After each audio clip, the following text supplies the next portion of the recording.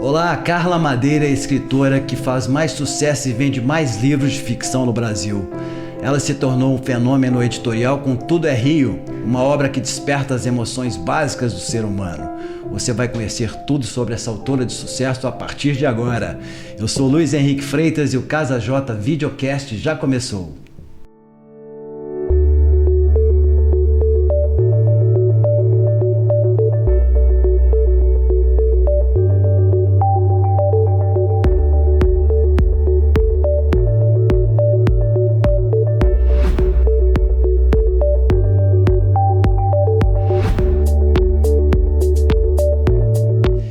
Para participar dessa conversa aqui, que a gente espera que seja muito rica, engraçada, com muito conteúdo também, eu convidei dois colegas jornalistas.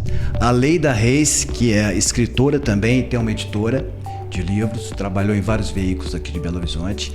E o José Eduardo Gonçalves, que também é jornalista, editor e escritor também. Então, a gente só tem aqui escritores, donos de editora, e um papo acho que vai ser bem legal. E a Carla Madeira, que está aqui, muito obrigado. Eu sei que você tem uma agenda meteórica, né? Poxa, achou um lugar, uma horinha para vir aqui no Casa J Videocast. Muito obrigado. Uma alegria estar aqui. Tá, vou começar com esse sucesso, né? Não tem como não falar dessa carreira sua meteórica. Quando você escreveu Tudo é Rio e tal, você esperava um sucesso desse tamanho, Carla? Eu não esperava nada, eu não sabia nem se eu ia publicar. Não foi uma decisão assim, vou ser uma escritora. Foi acontecendo pelo meu gosto com escrever e fiquei muito mais num exercício assim de horas de lazer escrevendo assim, porque sempre foi assim, sempre foi fazendo alguma coisa, ou tocando, ou escrevendo, ou pintando.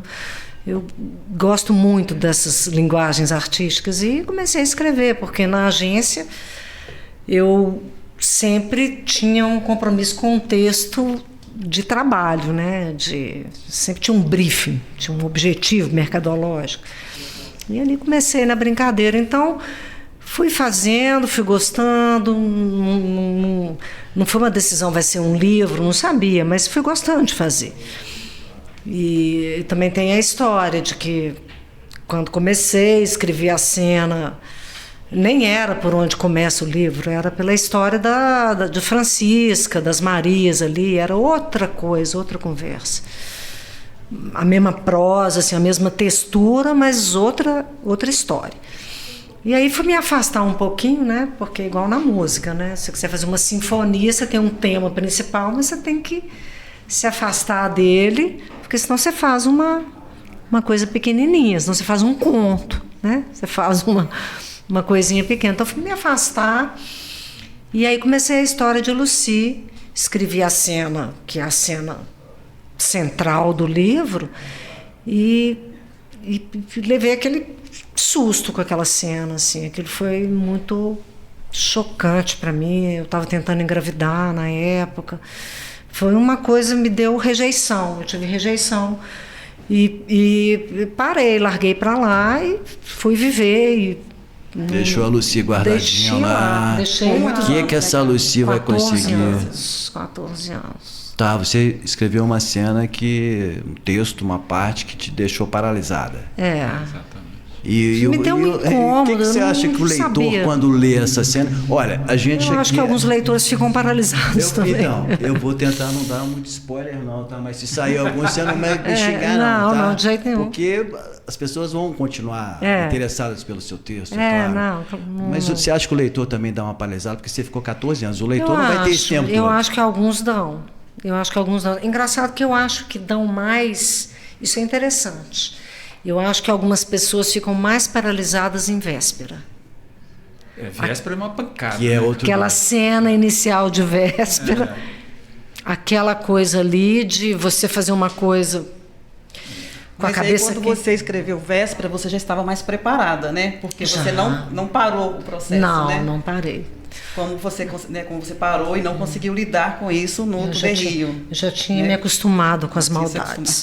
Mas o cara, curioso. Você é muito má, assim, no seu texto? Você acha que você é muito má no seu texto, nos seus livros, com os personagens, ou você dá uma de boazinha também? Não, eu acho que eu tenho uma curiosidade com a sombra, sabe? Eu acho que eu tenho essa curiosidade, assim, com... Isso sempre foi uma coisa minha. A minha mãe falava muito assim comigo, você vai adoecer, porque quando acontecia uma coisa ruim, um crime que sei lá, que paralisava todo mundo, que a cidade... Sabe esses crimes midiáticos que todo mundo ficava chocado, assim... eu me demorava muito a me livrar daquilo. Eu dava uma agarrada naquilo.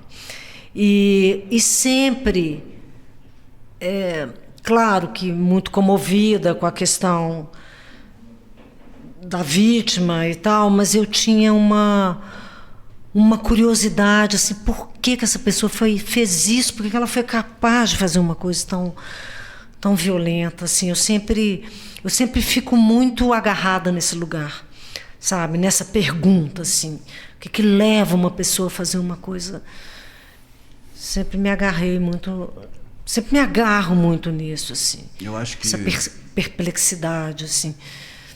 Será que esse é o motivo do sucesso, assim? Por isso que as pessoas gostam tanto dos seus livros, porque elas também têm essa sombra e às vezes elas não admitem essa sombra delas mesmas, né? Estou falando dos leitores.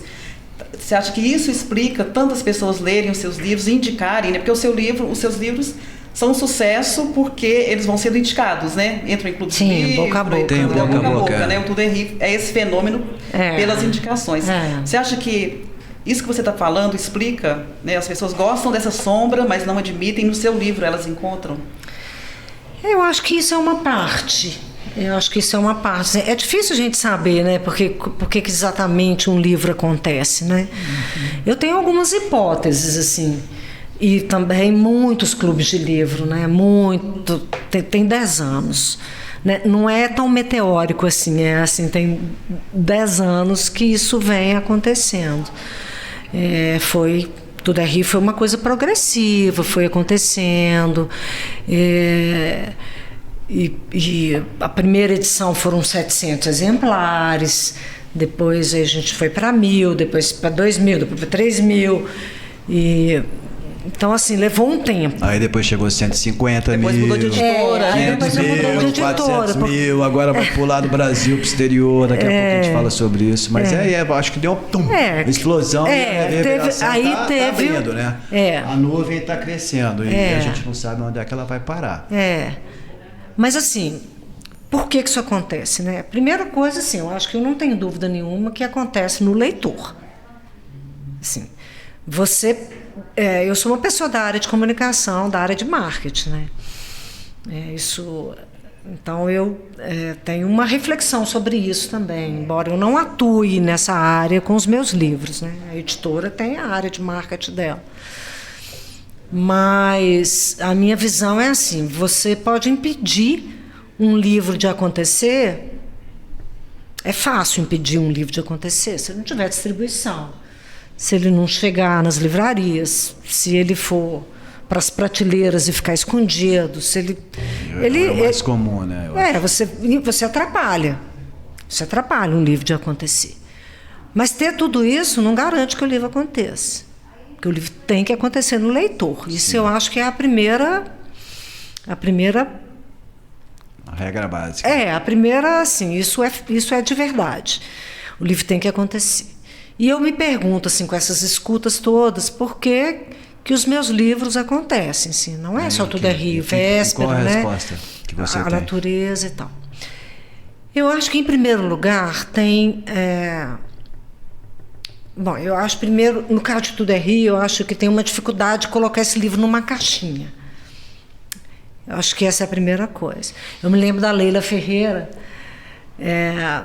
contando que ela, um dia, foi na manicure de manhã, a manicure virou para ela e falou: você já leu Tudo é Rio? Ela falou: não li Tudo é Rio, não. Tal. Chegou de tarde, ela foi no psicanalista. Você já leu Tudo é Rio? Então, eu acho que essa... Pegando esse gancho, deixa eu aproveitar. Como é que a primeira vez que eu ouvi falar de você, eu estava com a minha tia, a Silvia Lombardi. A gente estava tomando um café aqui na Savassi. Ela falou: Luiz Henrique, eu estou lendo um livro sensacional de uma autora que chama Carla Madeira, aqui de Belo Horizonte. Eu falei: nossa, mas o livro é ótimo. E quando eu mandei uma mensagem para ela dizendo que ia te entrevistar, ela: nossa, que barato e tal. Você quer fazer uma pergunta para Carla? Aí ela está na Suíça, inclusive, ela está viajando na Suíça com meu tio, que é o esposo dela. Ela falou: olha, oi querido, uma pergunta. A mensagem do livro Tudo é Rio é o perdão? Eu acho que o perdão é uma grande questão em Tudo é Rio. Inclusive, foi para mim, pessoalmente, muito em retrospecto, assim, depois de ter lançado, quando eu comecei meu caminho das escutas, dos clubes, das conversas, é que eu percebi que o perdão era uma das principais questões do livro mesmo, inclusive polêmicas. Uma das questões polêmicas do livro é o perdão. Mas quer dizer que a priori você tenha definido: vou falar sobre o perdão? Não, de jeito nenhum. Aliás, isso não é o meu jeito de escrever. Eu não defino um tema. Eu não tenho um tema. Nossa, quero tratar da violência de gênero, quero tratar... Eu olho para o acontecimento. Tá. É o acontecimento que me interessa. E a partir do acontecimento é que eu começo, às vezes, inclusive, eu jogo com acontecimentos que eu não faço a menor ideia como é que eu vou sair deles. Onde é que eles vão dar, né? Onde é que eles vão dar. E em Tudo é Rio, inclusive, me paralisou por isso, porque onde que isso vai dar, não fazia a menor ideia. Mas eu jogo, aquilo tem uma força que eu jogo aquilo. E depois eu vou me haver com aquilo. Mas eu estava falando das caixinhas de Tudo é Rio, é justamente isso, assim. É um livro que toca no sagrado, toca no profano, ele é poético, mas ele tem uma linguagem crua também, ele tem um sexo mediado pelo amor, e ele tem um sexo absolutamente carnal. Exato. E aí você não consegue encaixar. Você fica... Onde que eu ponho esse livro? Eu acho que isso é uma das forças do livro. A segunda que eu percebo é a maneira como ele impacta o corpo das pessoas. Assim, todas as pessoas, quando vão falar de Tudo é Rio, precisam descrever uma sensação corpórea. Eu chorei, eu tive tesão, foi um soco no estômago. Assim, é sempre... Ou tudo isso junto, ou misturado. Tudo isso, e eu me deu um enjoo, e aquela cena me derrubou. É sempre... Corpóreo. Não é uma elaboração intelectual, né? Não. É uma coisa que mexe, que tocou as pessoas de alguma forma.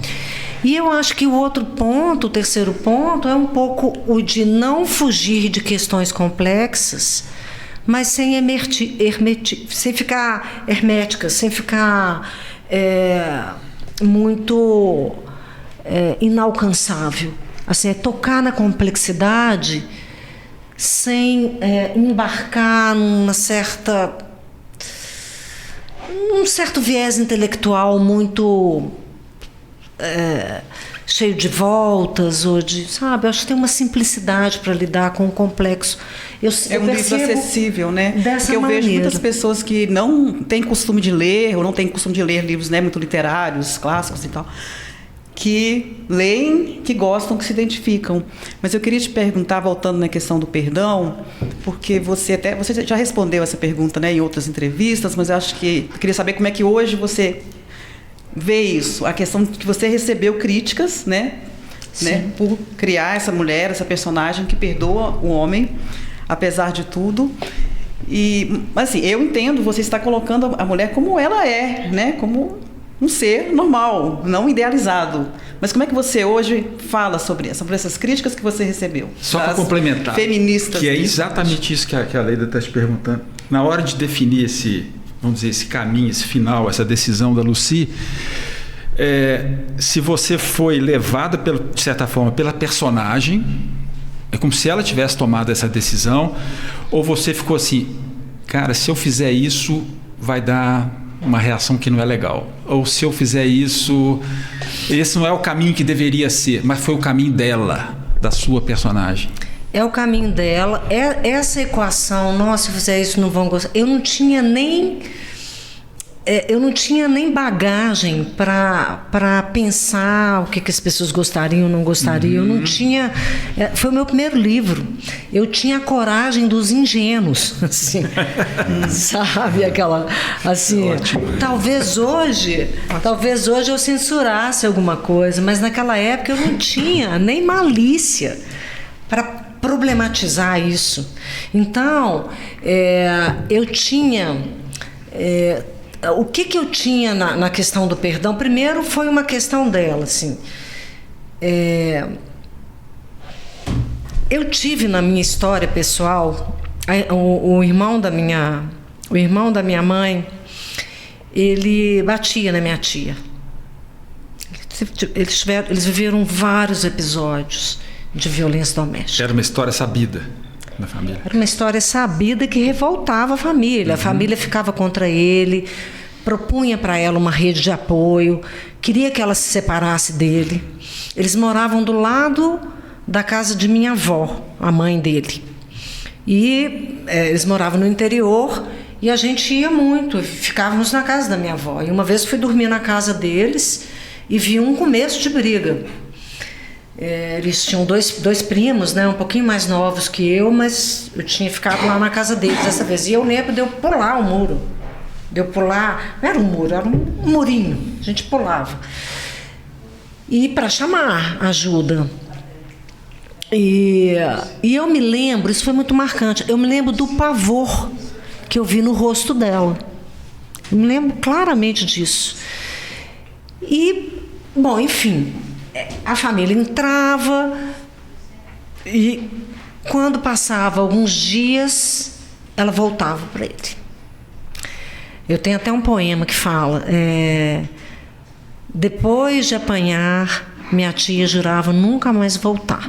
E voltava, antes mesmo da pele rosa perder o tom lilás. Ela voltava para ele e eu comecei a ouvir na família comentários do tipo: mulher de malandro, ela gosta de apanhar.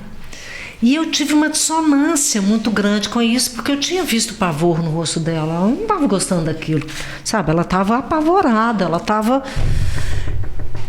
E essa pressão da família virava mais uma violência com ela. Sabe, esse discurso de mulher de malandro, gosta de apanhar. Eu não sei, isso foi uma coisa que com certeza... Você levou para o seu livro. Foi. Pegando esse gancho, você é jornalista publicitária, nós todos aqui somos jornalistas, a gente trabalha em redação, né? Eu trabalhei muitos anos em redação, Zé Eduardo também, a Leida, e a gente vai tocando, mas tem alguns casos, de repente acontece um caso policial, principalmente, que nos deixa chocados. Comigo era assim, não sei se com vocês também, eu acho que sim. Você vai todo dia, tem crime, mas esse caso te choca.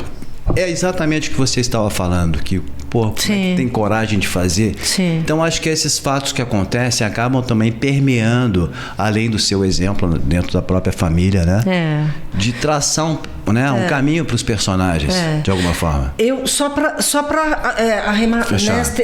concluir a sua pergunta, porque eu acho ela bem importante, assim. Eu acho que, em primeiro lugar, a gente vive num país assim, de muita violência contra a mulher, de muita impunidade, não é? O feminicídio no Brasil não é uma questão pontual, é um modo de operar, assim, né? É uma coisa que...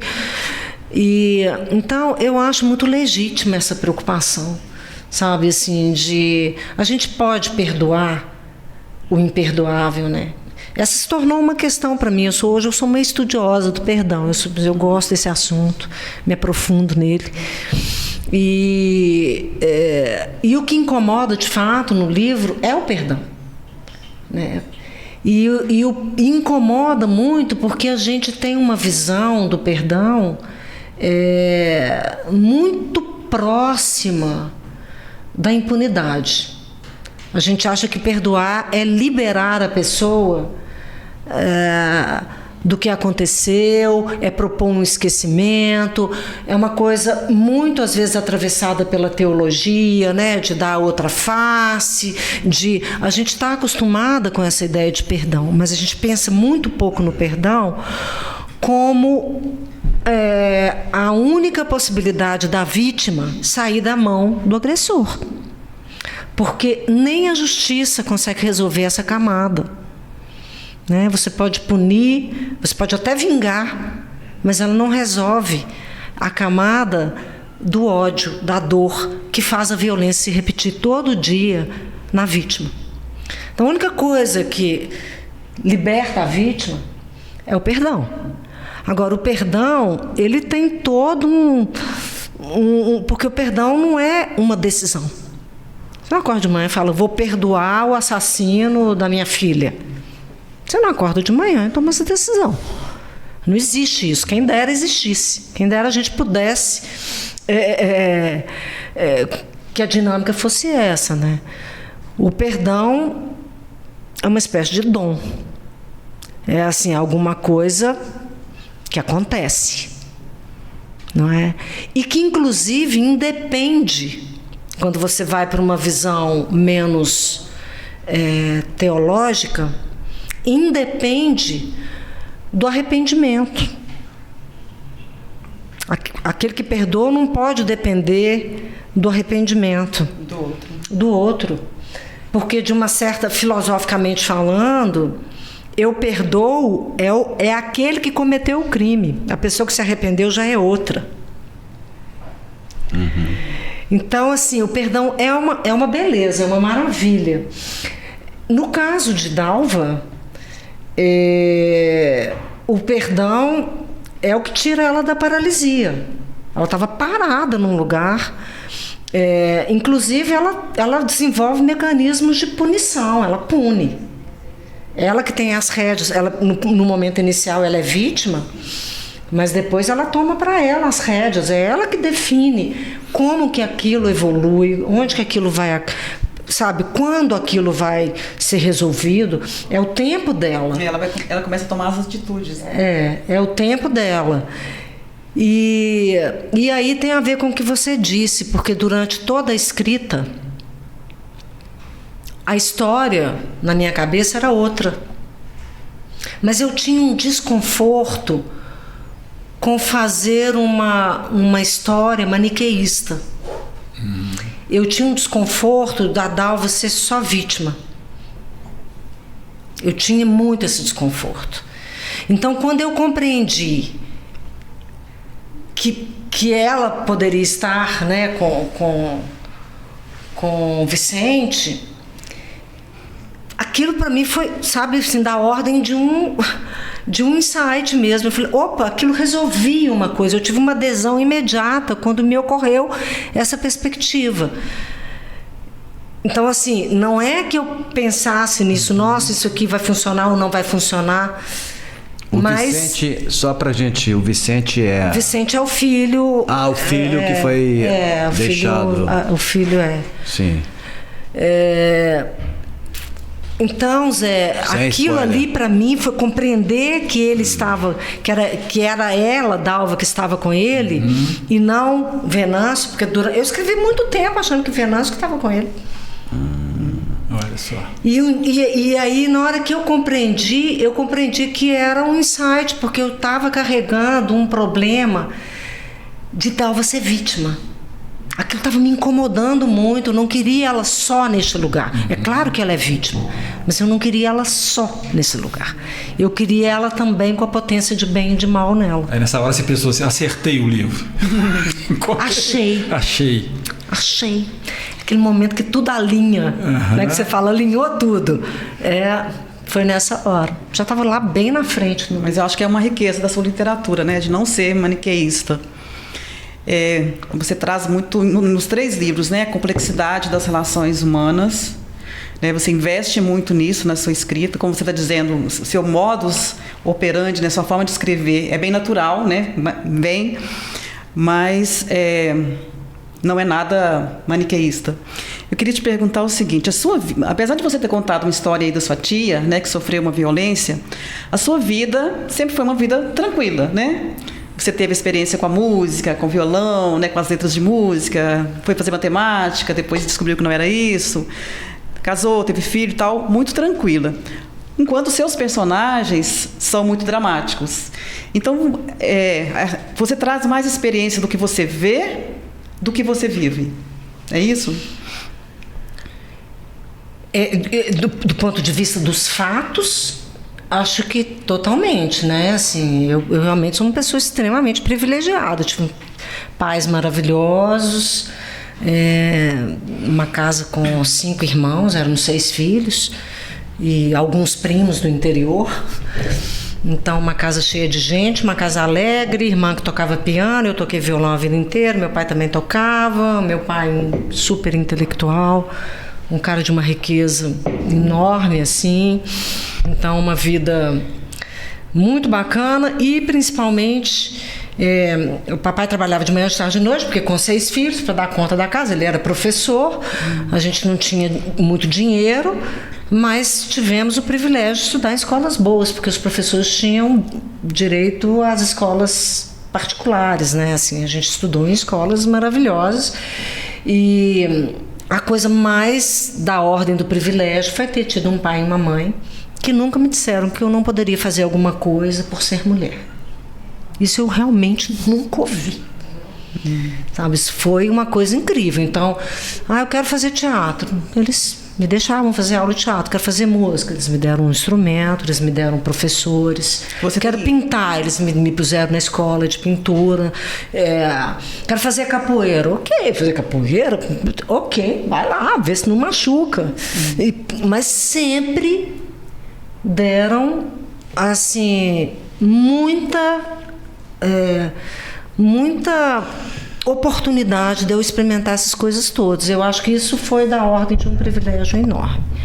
Agora, a gente teve muitos acontecimentos que eu acho que foram acontecimentos dolorosos, assim, né? Minha mãe, meu irmão mais novo, eu sou a caçula das mulheres, tem um irmão abaixo de mim. Minha mãe teve uma queda quando tinha 6 meses de gravidez e ele ficou muitos meses na estufa e ele teve um comprometimento cognitivo e então aquilo foi uma coisa que mobilizou muito a família e foi talvez aí eu tenha vivido um pouco essas questões atravessadas pela maternidade, que eu acho que os meus 3 livros têm isso muito forte. Eu acho que esse é uma questão, assim, mamãe viveu um quadro de depressão com isso.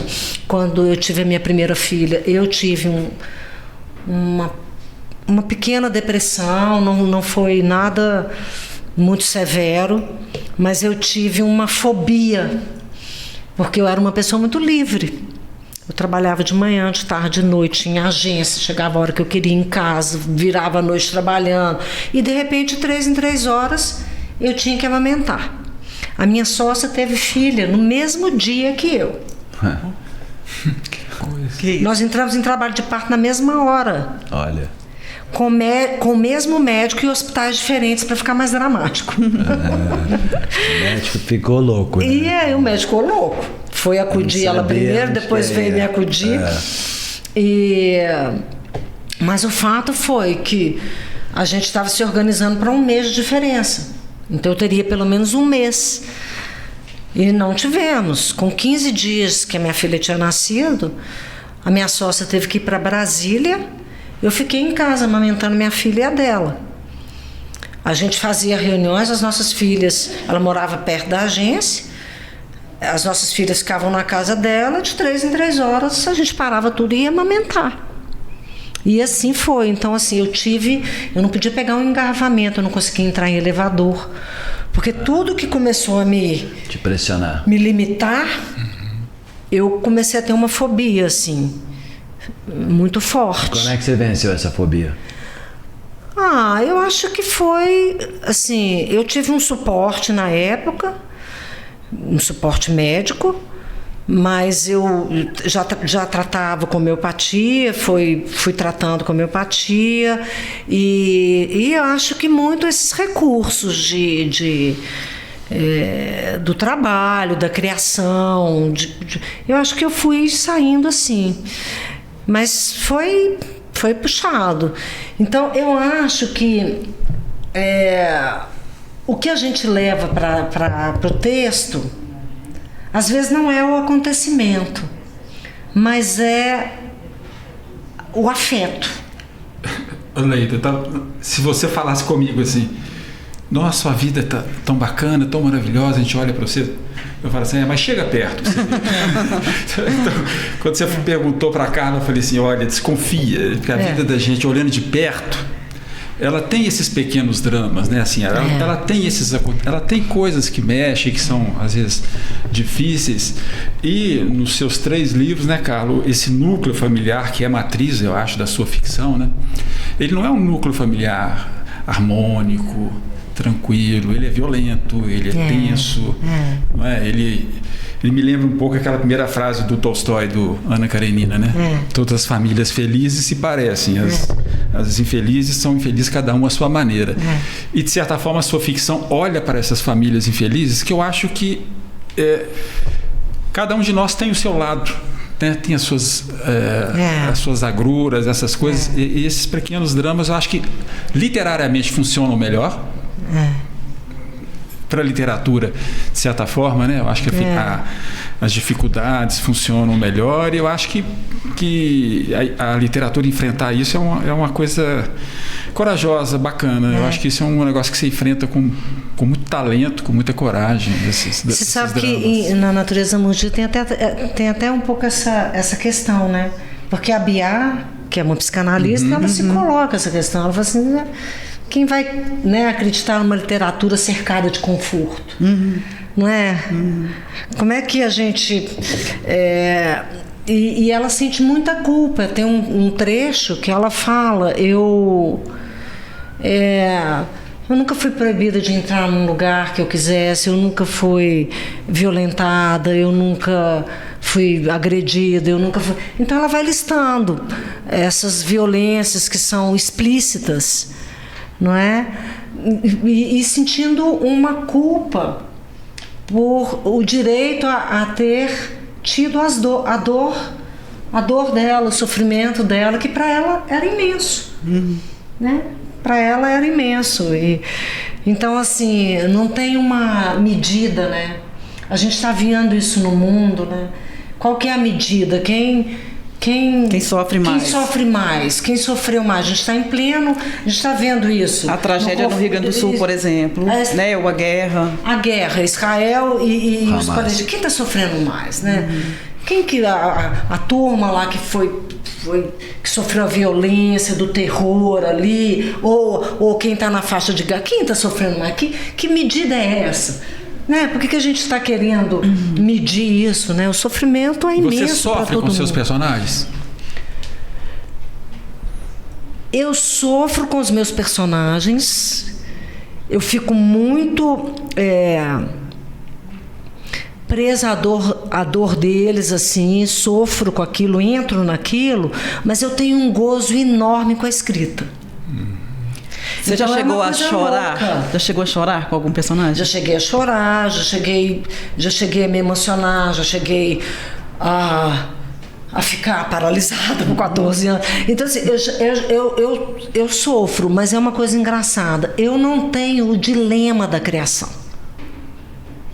Eu vejo alguns autores, nossa, estou há anos sem conseguir escrever, porque o livro precisa ter isso, eu preciso fazer um livro. Eu não tenho esse dilema, eu não tenho esse compromisso, sabe? Eu não tenho esse inferno, assim, não. Eu escrevo nas horas em que... Nas minhas melhores horas eu estou escrevendo, mesmo que eu esteja ali sofrendo com alguma coisa. Escrever para mim é sempre tem sempre um gozo ali, sabe? É prazeroso. É prazeroso. Não tem aquela coisa do sofrimento do escritor? Não. Eu agarro, eu não acho, eu passo dias sofrendo quando não está encontrando um caminho, uma solução, mas eu não tenho esse sofrimento de...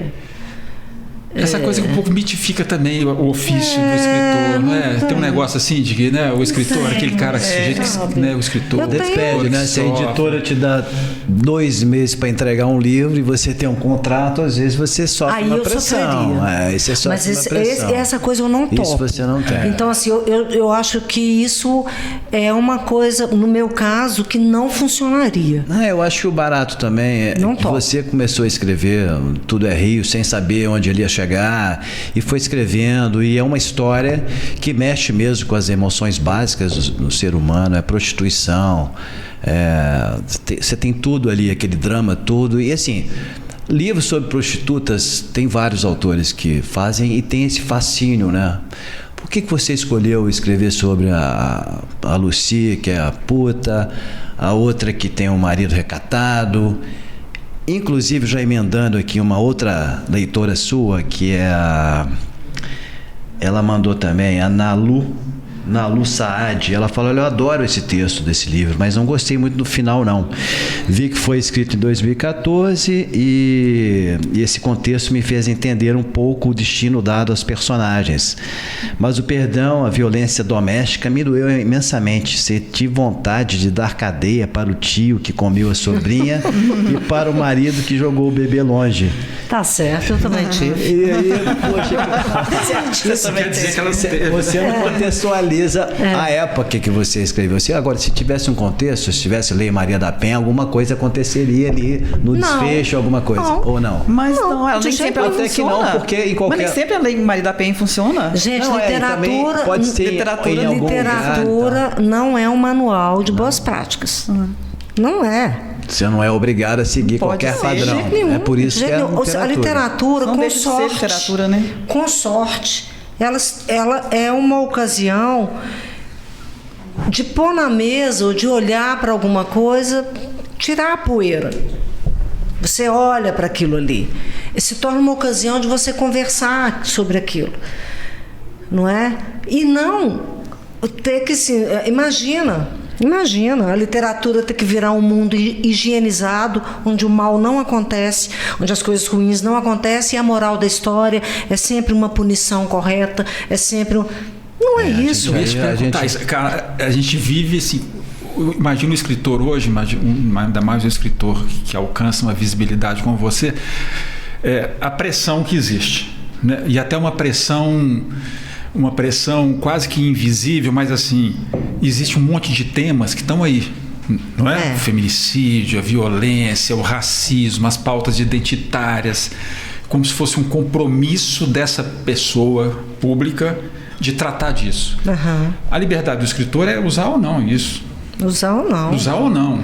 Quer dizer, você não se sente obrigada a tratar dessas coisas. Elas, quando aparece porque na sua escrita... Eu não me sinto nada obrigada. Isso fala muito da sua liberdade. Nada obrigada. E tem uma coisa que, assim, agora eu estou passando pela minha prova de fogo, assim, vamos colocar assim, porque eu escrevi Tudo é Rio com essa liberdade louca. Terminei Tudo é Rio.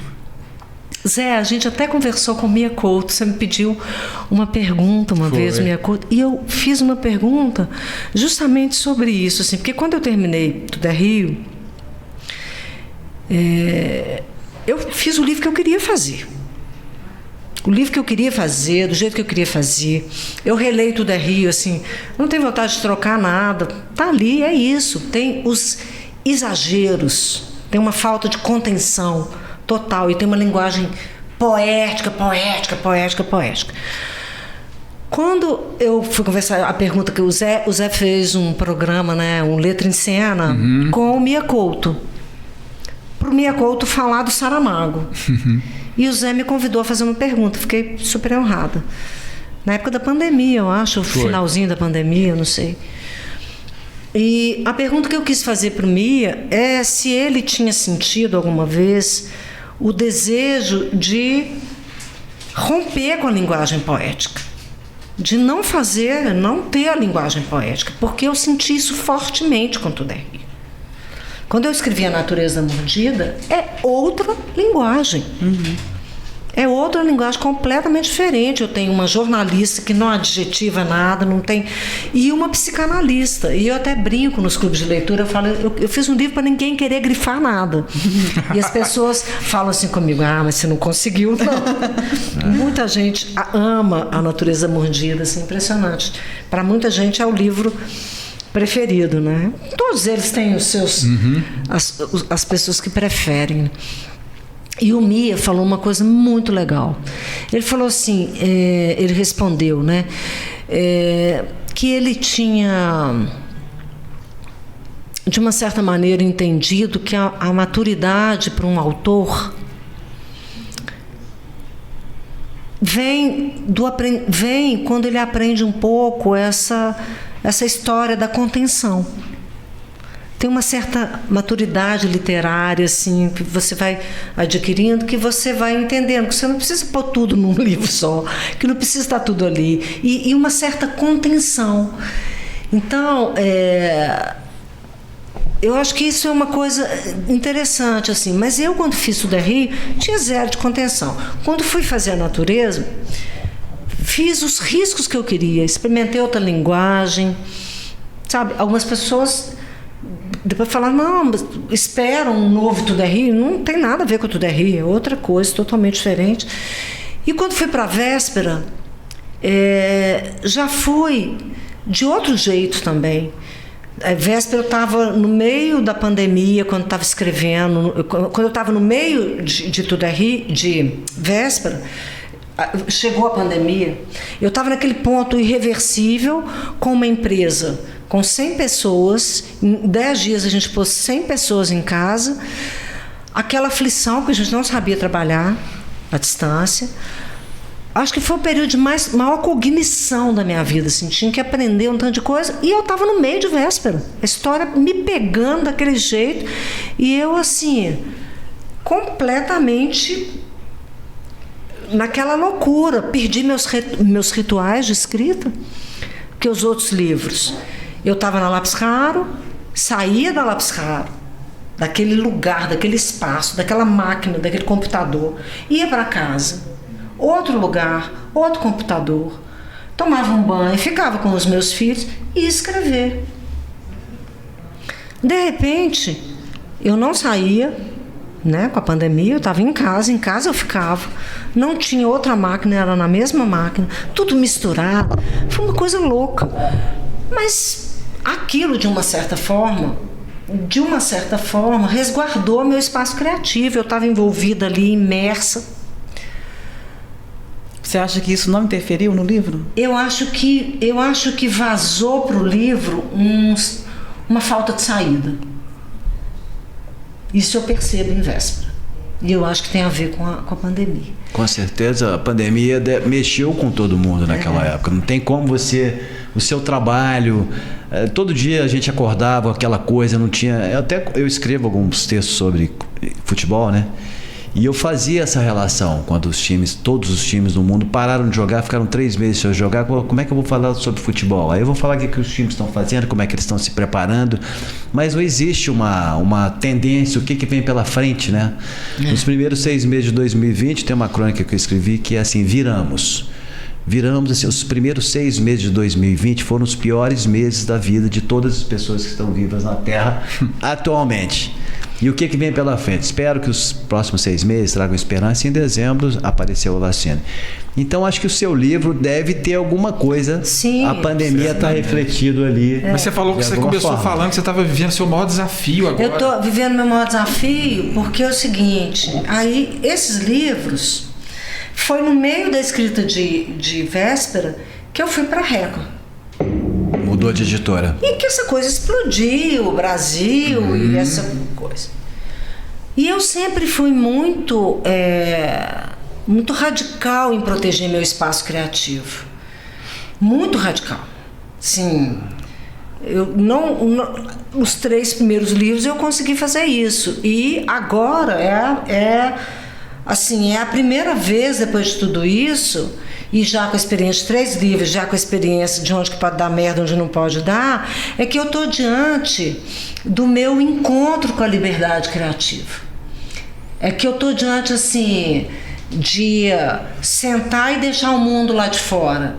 Isso não é tão simples, sabe? Assim, eu lembro da Chimamanda falar uma vez, eu não posso me encantar muito com os elogios, nem me perturbar muito com a crítica, que é uma frase que eu adoro, que eu tomei para mim. E é isso mesmo, assim, nossa, assim, olha, nem o elogio, nem a crítica, eles não são a medida do escritor. Eles não podem ser. Eles não podem entrar com o escritor para a hora da criação. O escritor tem que estar ali sozinho e tem que virar as costas para o mundo. Você está conseguindo? Então, eu acho que é o que tem sido o meu maior desafio nesse momento. E na hora que eu vou para a escrita, na hora que está eu e a escrita, eu consigo inacreditavelmente o tanto que eu consigo. É assim, eu consigo mesmo, sabe? Você esquece tudo. Eu esqueço mesmo e eu sou assim muito autêntica. Não sei, mas eu sou muito... Você é mais livre? Você então, é mais esse livro livre? Tá avançado? É isso que eu tô querendo dizer. Esse é o 4º livro? É o 4º, então você vai falar pra gente. Mas antes disso, que é a notícia que a gente vai querer dar aqui, com certeza. Mas esse sucesso teu no Brasil e agora no exterior, que você vai publicar em outros países, nesse momento seu criativo, você consegue... Peraí. Eu não tô no Tudo RI mais, que era eu e o meu livro só. Agora eu tô com Tudo RI, eu tô com todos os meus livros. Eu sou um fenômeno editorial no Brasil e eu tenho uma porrada de leitor, de mulheres, de homens que me adoram. Você consegue tirar isso para escrever ou tem lá no fundo o que eu vou fazer ou não? É diferente. Eu vou te falar assim que eu tenho conseguido. Eu não tenho conseguido, por incrível que pareça, eu não tenho conseguido uma rotina tão importante quanto eu tive nos 3 livros anteriores. Nem vai ter, você não vai ter. Você tem uma grande, tem viagem, tem palestra, tem videocast, tem um tanto de coisa para fazer, ainda tem que escrever. Mas você sabe que talvez, até mais do que isso, o que me desorganizou mais foi uma sequência de lutos que eu vivi. Eu perdi minha mãe, eu perdi minha sócia, eu perdi meu psicanalista. Isso me desorganizou demais. Isso me deu uma... Eu acho que agora eu estou começando a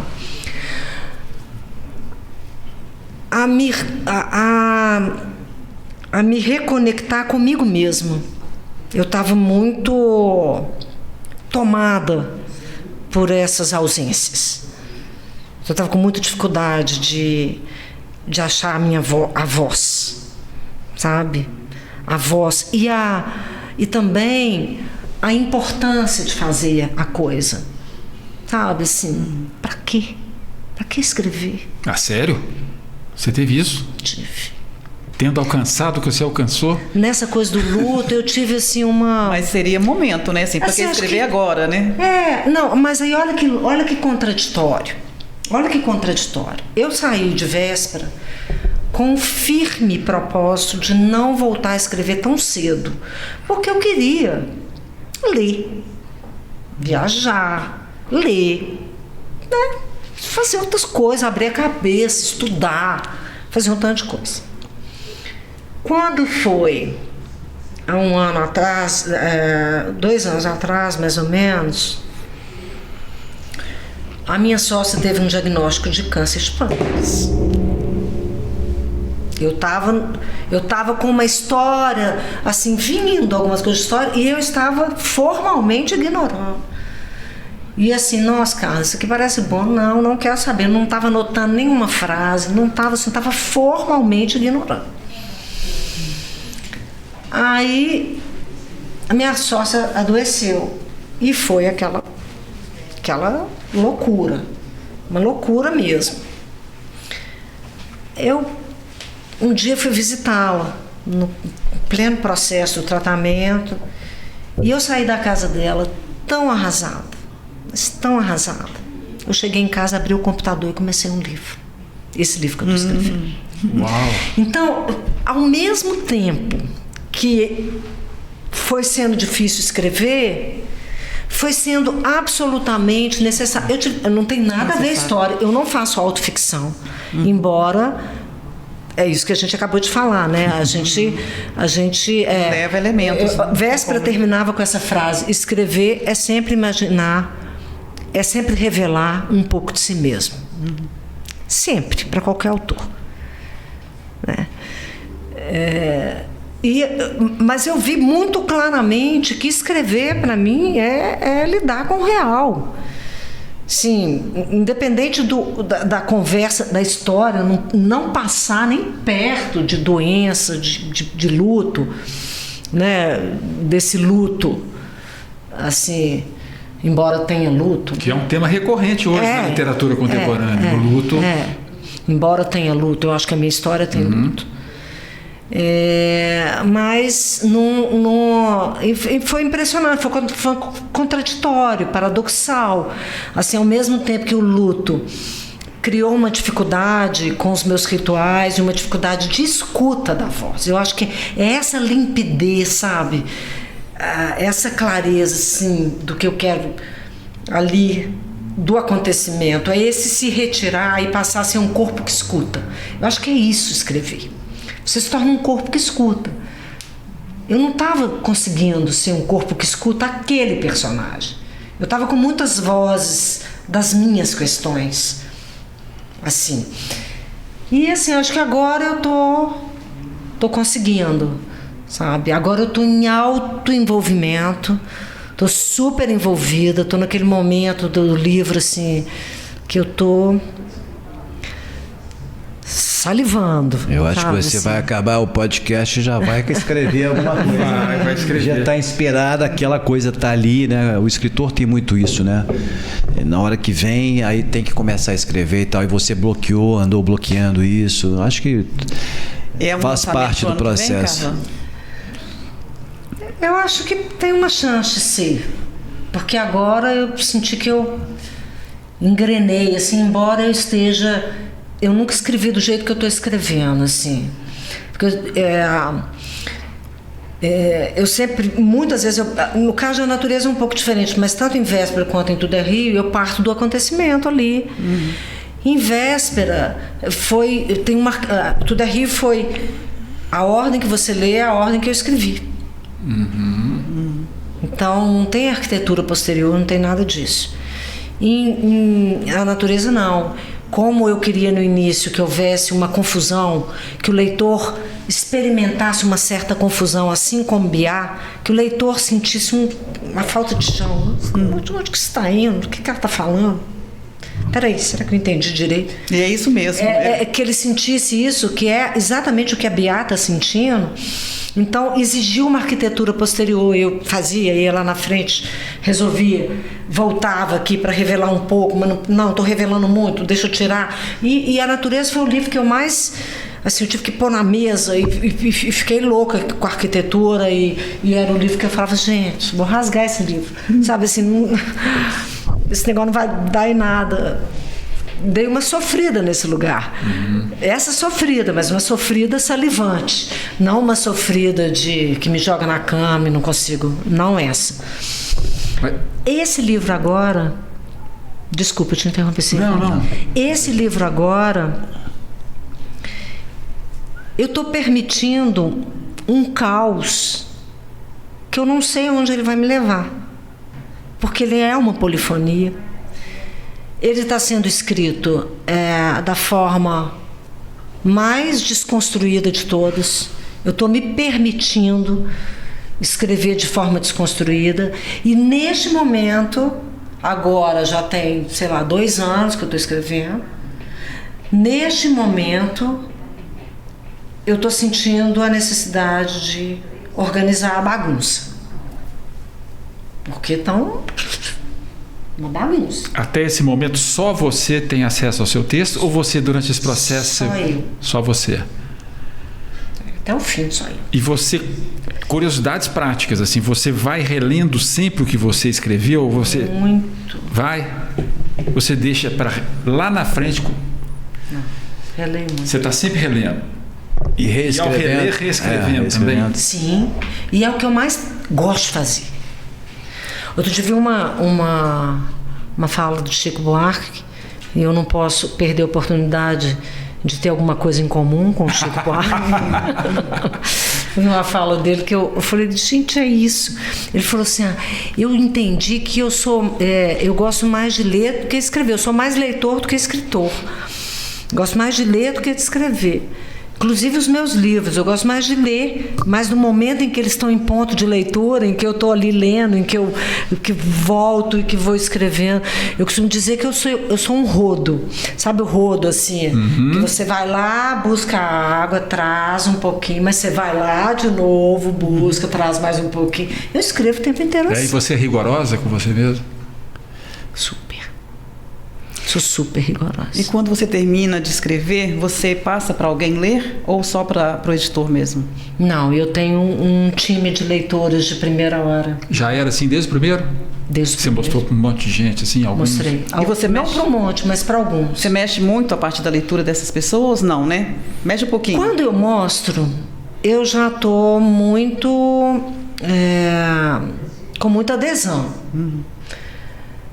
Mas às vezes escapa umas coisas, é bom mostrar. É bom mostrar. Eu já estou com muita adesão, mas sempre foi essencial. Os meus livros são melhores depois de que as pessoas dizem. Inclusive, quero falar do Zé.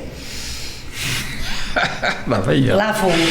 O Zé, eu tomei um café com o Zé depois que eu tinha feito...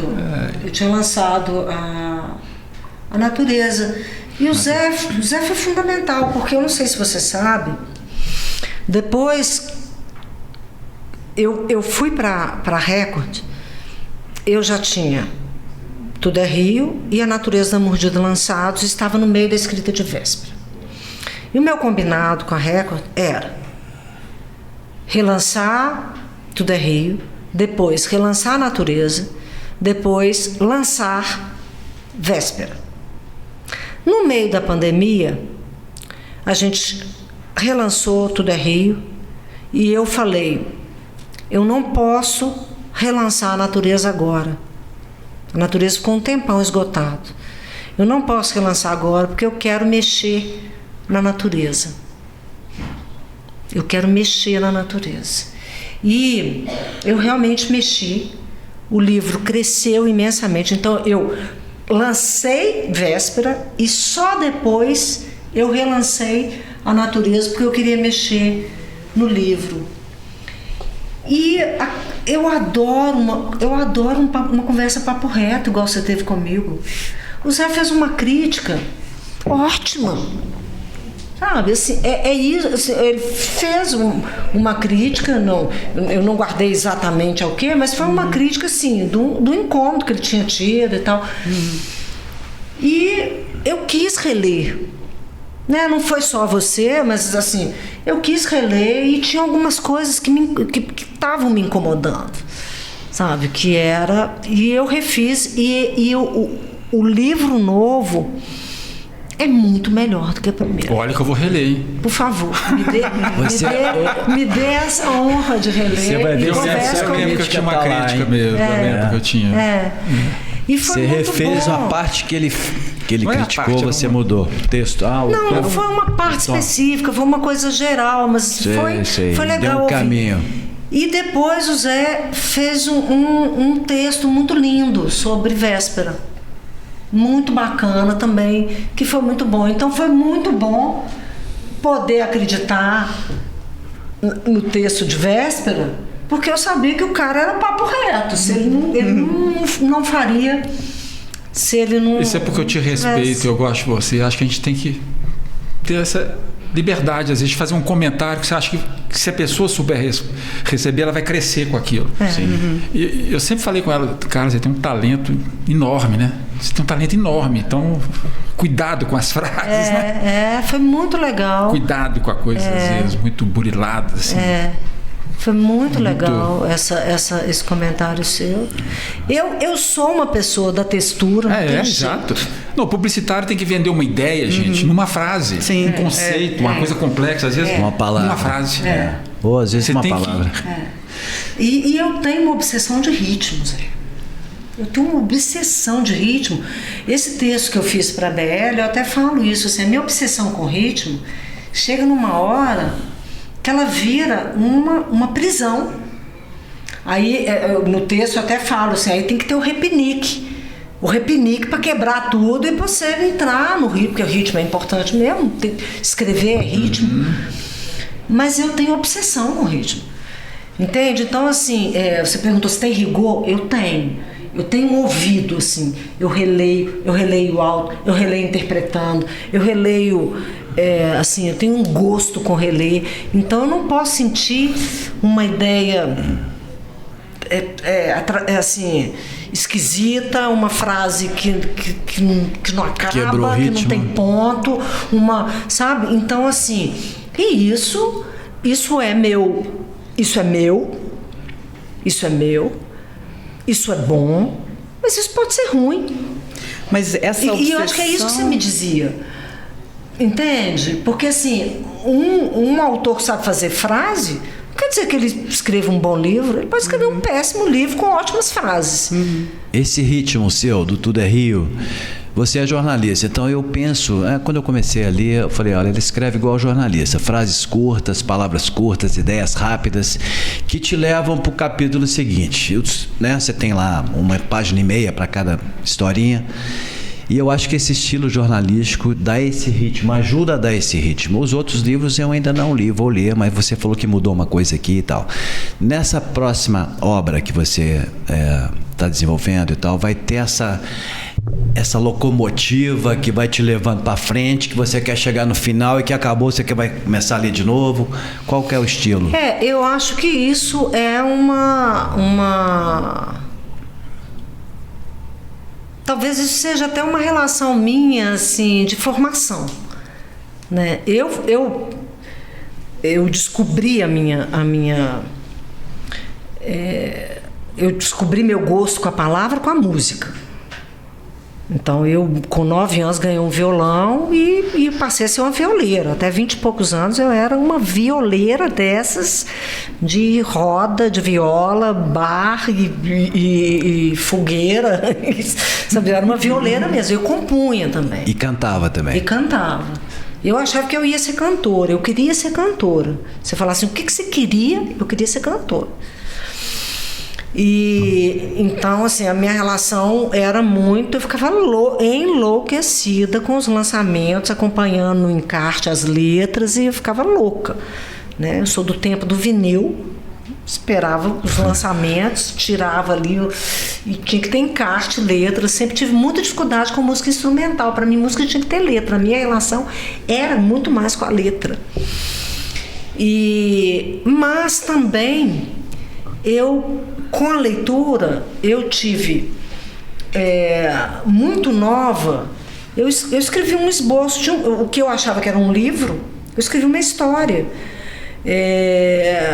de tão mexida que eu fiquei com Monteiro Lobato, que foi o primeiro autor, assim, que eu me dei conta, talvez não com essas palavras, não com esse nível de consciência que eu tenho hoje, mas que existia não só uma história, mas um jeito gostoso de contar uma história.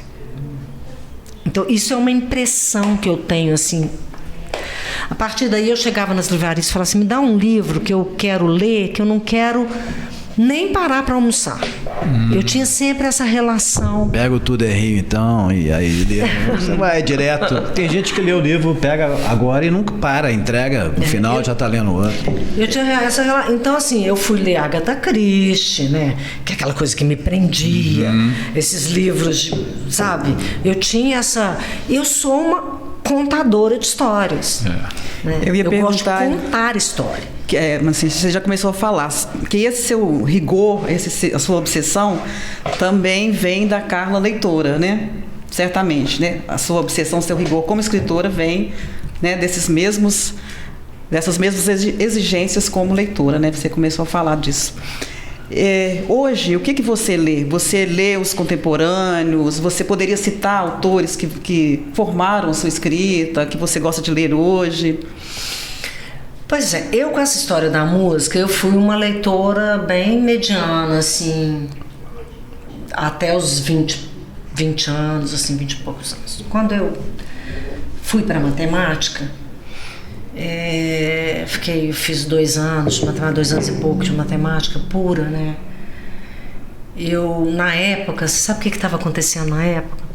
O Oswaldo Montenegro tinha vindo a Belo Horizonte e feito ele fazia um espetáculo que ele ia na cidade, ele foi em Brasília, Cássia Eller fez, Zélia Duncan fez. Ele fazia um teste, dava filas gigantescas para fazer uma seleção de cantores, atores e tal.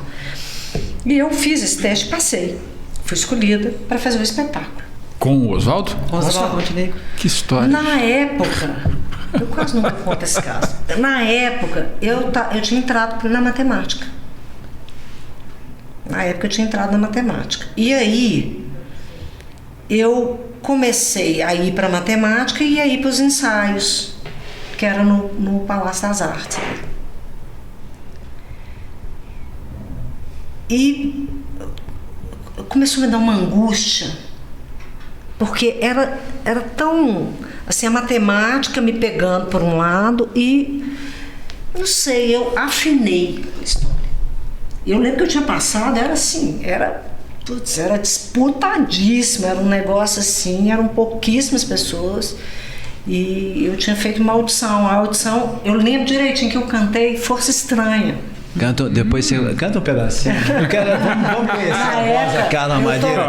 Prepara para cantar um pedacinho. É verdade. Nós vamos conhecer sua voz, porque o texto a gente já conhece. Tem que deixar isso assim no... Não, mas vai se inspirando aí. Não é uma música fácil, não. Depois a gente grava. Queremos ouvir a sua voz. Verdade. E aí... Vamos lá. E aí eu larguei o Oswaldo. Desistiu? A matemática falou mais forte? Falou porque eu tinha acabado de entrar.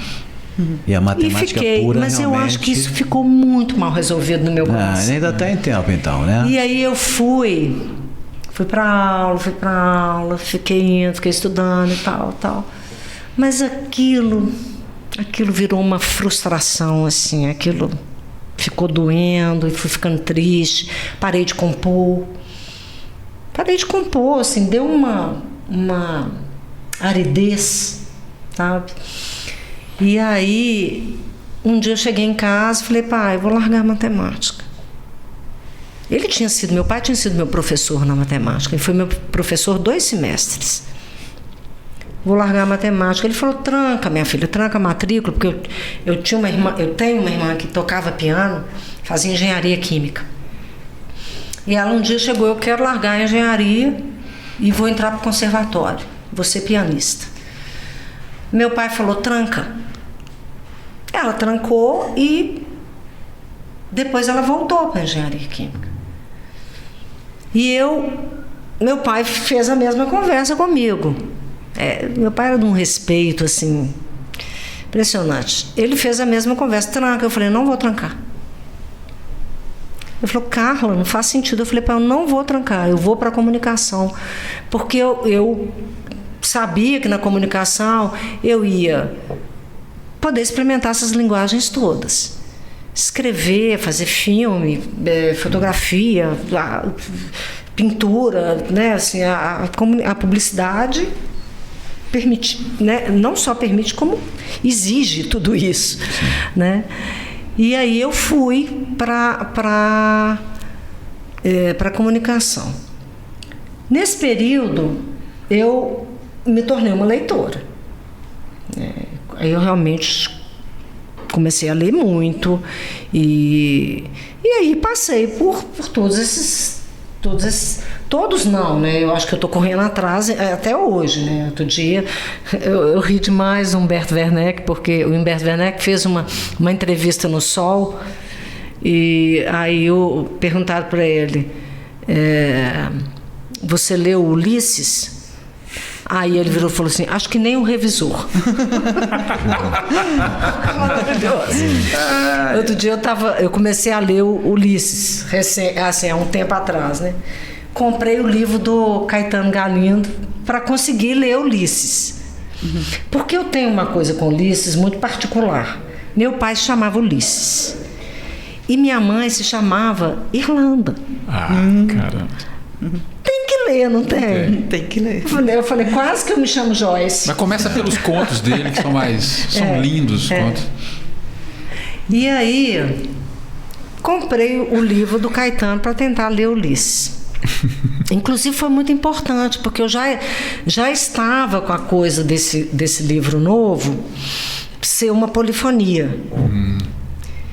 E lá no começo do livro, sim, eu digo sim, que é o livro do Caetano Galindo, ele explica essa loucura do Ulisses, né? Que é essa dificuldade de ler, porque você não sabe quem está falando, você não sabe se é presente, passado ou futuro, você não sabe se está pensando ou se está falando. Então, é uma loucura.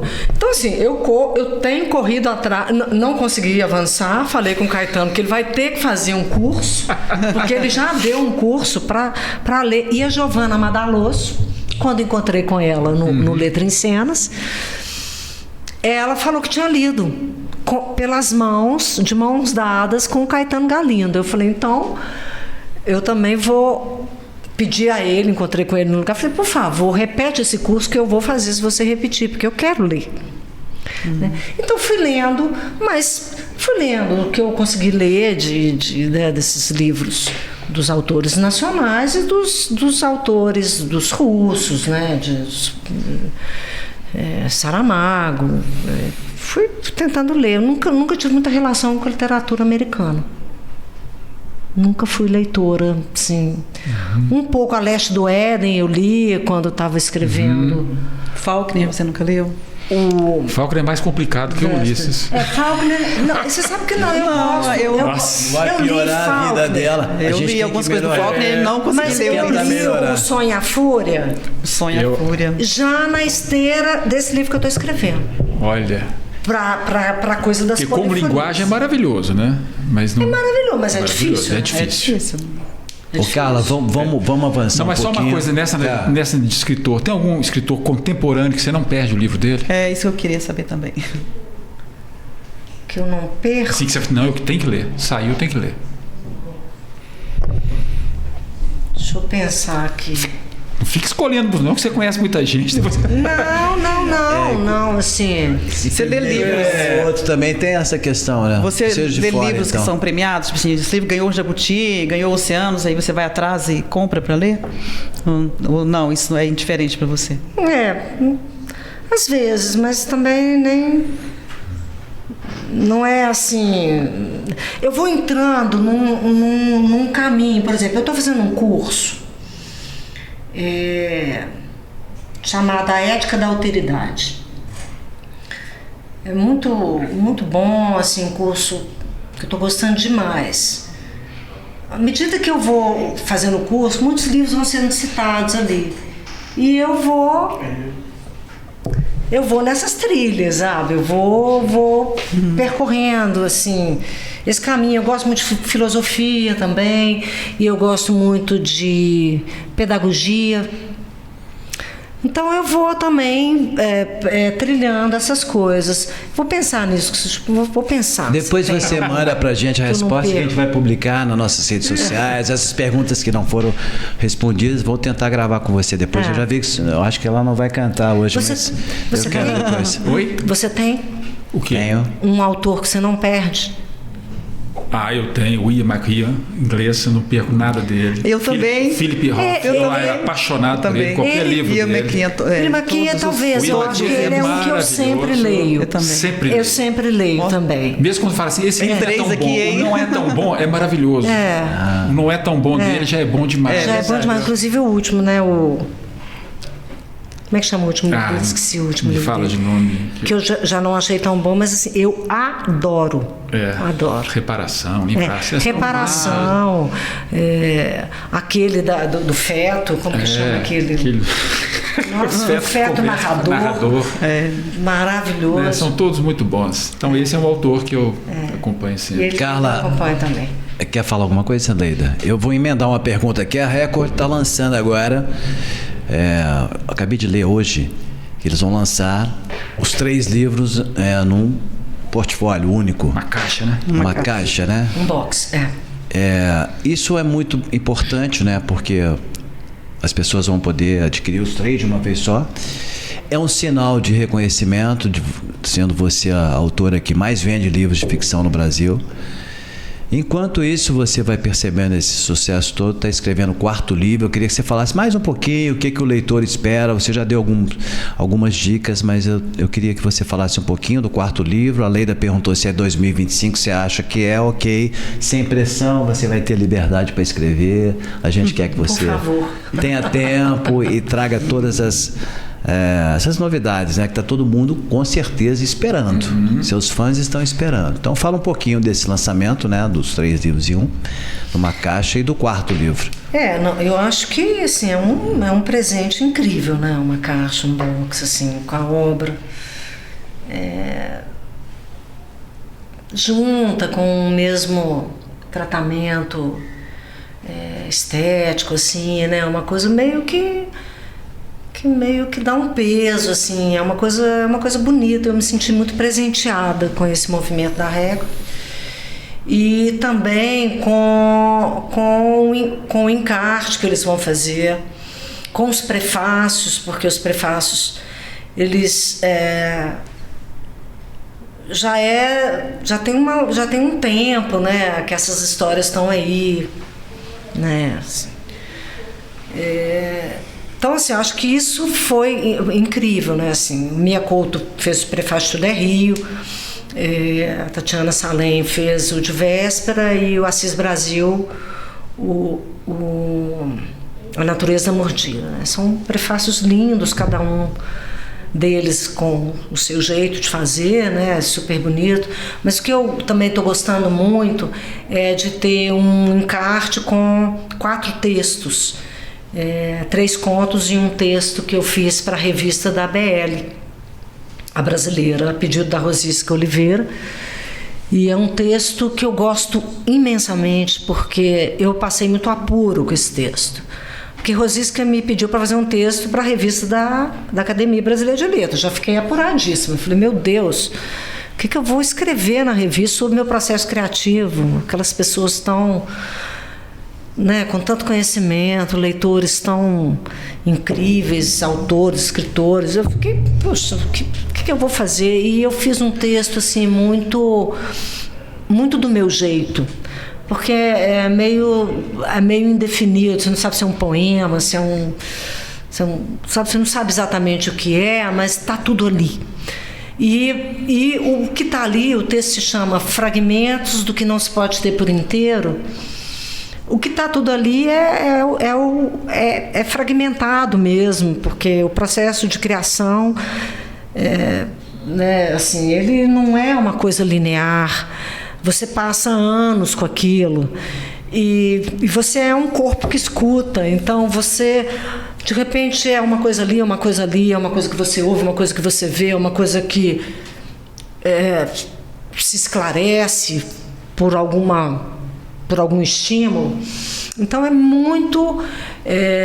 um texto que eu gosto muito, porque ele evoca as questões que me afetam, sabe? Tá tudo lá.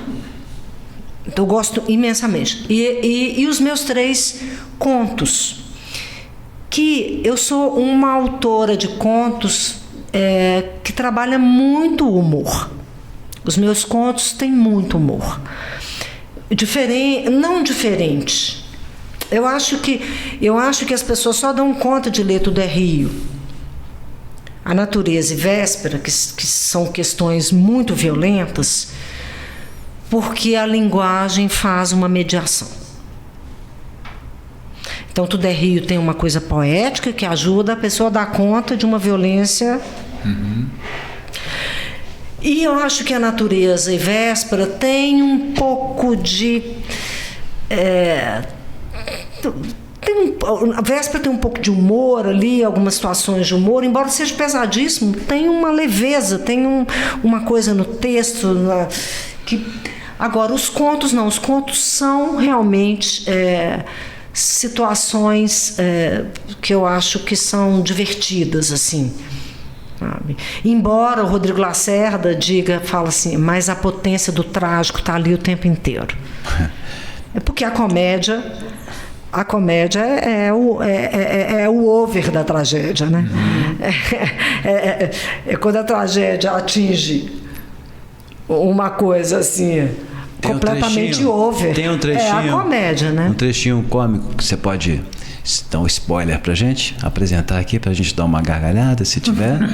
Agora tá no texto, tem que ler. Não, Tá no eu texto, não sei. uma historinha Eu não rápida, sei não? de cor, né? Assim, mas fica o convite. O box vai estar aí, fica o convite. Tá bom. Né, para vocês conhecerem. Mas são textos divertidos. Eu acho dificílimo escrever com humor. Tô curioso, porque é difícil. Já é mais um atrativo aí pra. Eu não entendi. Vai ser tipo um livreto dentro do box? É um livreto. Vai acompanhar vai os trazer, livros. vai Textos trazer inéditos. Não, são inéditos. Um é o conto que eu fiz no livro Tempo Aberto da Record, que eu fiz a década de 80. E é um conto divertidíssimo, porque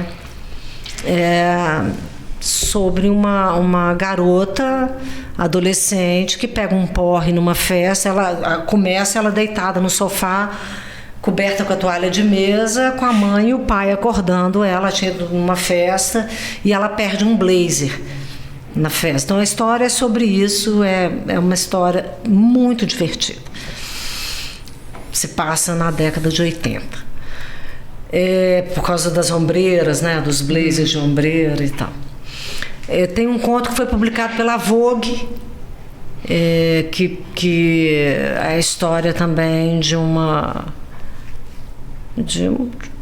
história de uma situação chama Primeira Estrela, a história de uma menina que faz um desejo para uma estrela e aí tem uma situação que também muito divertida. E o terceiro foi publicado pelo Instituto Moreira Salles. Eles me convidaram para fazer um texto numa dinâmica muito interessante, que é um projeto que eles têm no site chamado Por Dentro do Arquivo, que eles mandam fotos para os escritores. Você não sabe nada sobre aquela foto, nada. E você faz um texto, uma ficção, olhando para aquela foto, a partir daquela foto. E eu recebi uma foto e fiz uma ficção, está no site deles, essa seção, Por Dentro do Arquivo. E eu adoro esse texto. E a foto é de quê? Qual foto? Pois é, aí você não sabe nada e depois eles colocam lá, dão uma foto pra gente, é uma foto que foi feita.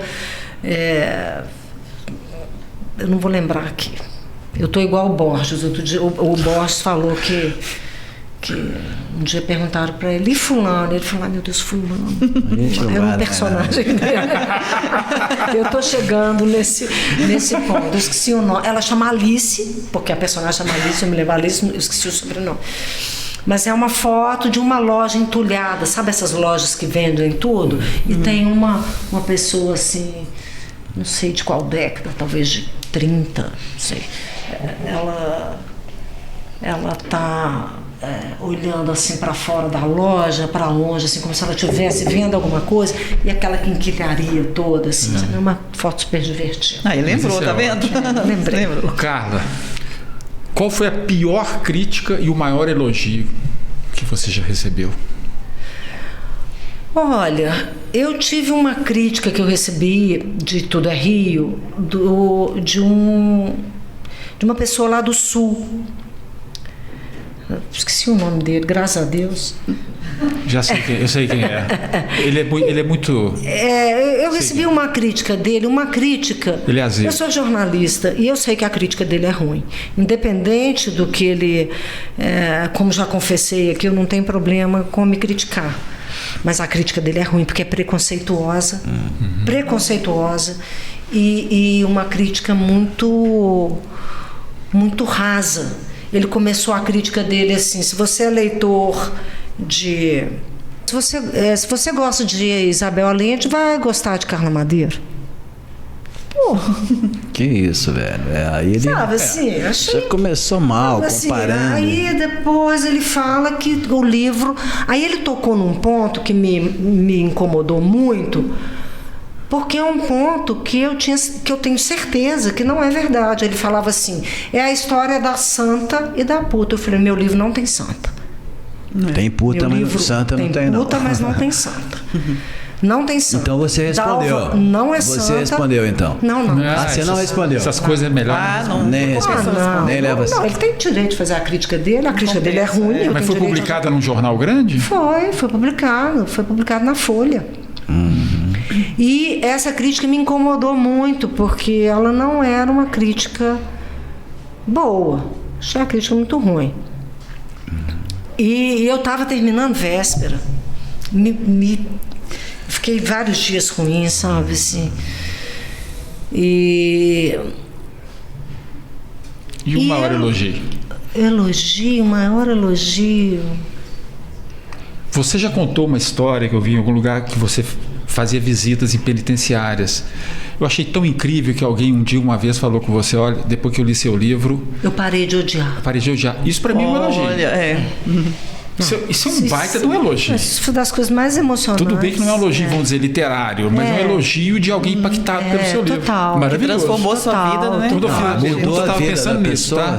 Eu não estava pensando num crítico, não. Assim, uma coisa que alguém falou e falei, pô, cara, esse troço... Não, isso foi assim... Cara, eu acho que eu nunca me emocionei tanto com um elogio. Você conseguiu mudar uma vida de uma pessoa. Não, e você está com ele estava num presídio. Sim. E aí era um rapaz, sabe? E ele falou muito comovido, porque eu perguntei. Eu falei, tudo bem, a gente estava se despedindo, assim, já estava encerrando. E eu perguntei, o que meu livro deu para vocês? E ele falou, depois que eu li seu livro, eu parei de odiar.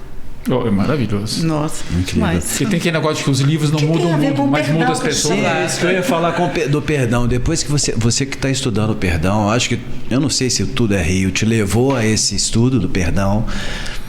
Você pode até dizer.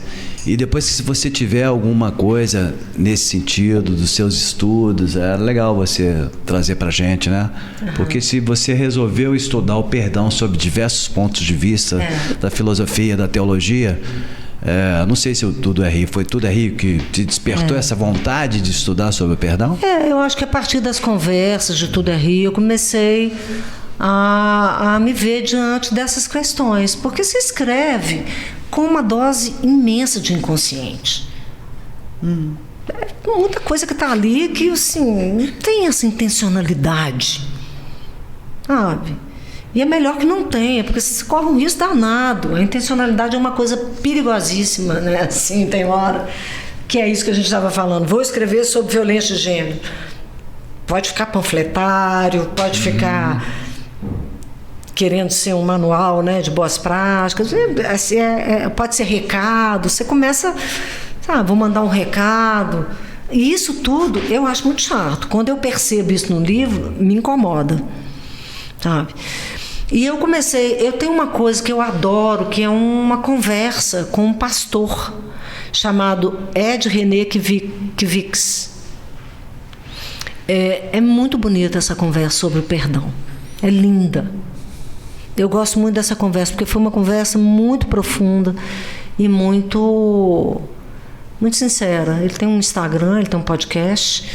E essa é uma boa dica para quem quiser se aprofundar aí nessa questão do perdão, porque foi uma troca muito bonita. Carla, seu tempo hoje está dividido entre palestras, viagens e a agência. Queria saber se você continua atuando na sua agência, Lápis Raro. Continuo firme e forte. Está administrando esse tempo. Você consegue manter a paixão pela coisa publicitária ainda?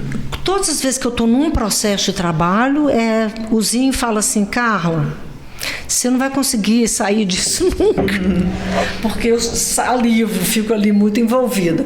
Mas eu estou estabelecendo uma rotina para conciliar com a literatura. Então, eu tenho tido viagens e tal, mas eu tenho muitas imersões na Lápis e vou sair daqui e vou para lá. Tá, e na hora que você tá na lápis, você consegue focar ali? Não, estou fazendo... Esse é o grande desafio, Totalmente. Né? Ali onde você tá, e agora eu estou escrevendo, agora eu estou cuidando dos meus filhos, eu estou cuidando dos meus filhos. Isso é tranquilo para você? Eu tenho facilidade. Você não está aqui já pensando lá no lapsaro? Ainda não. Eu queria fazer uma pergunta sobre A Natureza da Mordida, que foi o último livro que eu li, seu, né? Foi mais recente. Que você traz uma coisa que não é da família, mas é uma relação complexa também, que é da amizade, né? Tirando a questão da Tereza lá, né, no final, mas da amizade da Olivia com a Rita. Eu acho que me tocou muito porque eu vivi, já na vida adulta, uma situação dessa, sabe? Do fim de uma amizade que era muito intensa e que acabou, assim, sem motivo. Né, eu queria até falar isso, não tenho uma pergunta para fazer, mas né, trazer isso da Natureza da Mordida, porque você coloca isso de uma forma muito profunda também. É uma dor também muito forte, né, da Olivia, de não entender o porquê do fim da amizade com a Rita, né? E também, lógico, tem um final super trágico. Eu acho que perder amigo, eu acho que às vezes dói mais que perder amor. Sabe assim, eu acho de verdade, eu acho que Caetano tem aquela pergunta, né, sobre amizade, quem há de negar que essa lhe é superior. Né, assim, eu acho que eu tive uma vivência assim na minha adolescência de perda de amizade, assim, de uma maneira radical também, que foi muito dolorosa. Eu acho que E a perda da amizade em si é mais forte do que a morte, né? Porque a pessoa está aí, né? É uma morte por escolha. Por escolha. Né? Assim, de alguém. Sem explicação. De uns lados. E a quantidade de gente que me fala isso. Fala, cara, eu vivi uma situação de rompimento de amizade muito dolorosa. Eu tenho ouvido isso, sim. E não foi na adolescência, foi na vida adulta já. Que é mais, assim, difícil, né? Porque você fala, não, eu sou pessoa madura, ela é uma pessoa tem madura. Maturidade, né? E de repente, E na vida adulta você pensa que nunca vai rolar de você perder um amigo, porque assim, dá pra gente sentar e conversar, né? Sei lá. Você vai confiando nesse recurso, né? Que você estabeleceu ali, né? É duro. Carla, nossa, eu tenho tanta coisa que eu gostaria de saber. Tenho bastante pergunta aí. Vamos acelerar agora e as respostas mais rápidas. Uma coisa assim, você e o Itamar são os grandes expoentes desse boom literário da literatura brasileira, que tem hoje grandes autores, tem muita gente bacana escrevendo. Tem mesmo, né? Até queria saber se você acompanha, mas tem muita gente boa escrevendo. E vocês dois são, vamos dizer, vocês estão fora do eixo Rio-São Paulo, em termos assim, ele é de Salvador, continua morando lá. Você de Belo Horizonte continua morando aqui, só que vocês foram acolhidos por duas casas editoriais que estão no eixo. Você acha que para fazer sucesso, esse sucesso que vocês fizeram precisa estar ainda no eixo? O eixo ainda é importante para... Em termos quantitativos, sim. De visibilidade mesmo. Não o eixo. Não o eixo. Não está em São Paulo e Rio a editora. Mas estar em São Paulo e Rio bem distribuído... Faz diferença. Faz toda a diferença. Toda a diferença. E estar numa editora robusta o suficiente para garantir uma distribuição num território nacional, igual... Assim, o Brasil é muito grande... E eu comecei a viver isso com Tudo é Rio. Parte da minha decisão de sair da editora, da Quixote, e ir para a Record, que não foi uma decisão fácil, efetivamente, porque Tudo é Rio já era um sucesso aqui. Eu tinha 10 mil livros vendidos. Mas é questão de escala, né? Questão de escala. Entende? Eu tinha uma relação afetuosa, eu tinha tudo que me interessava na literatura, porque eu não queria que a literatura virasse job. Job é agência. Literatura não era para ser job, não. Tem outro lugar na minha vida. E eu não queria que virasse.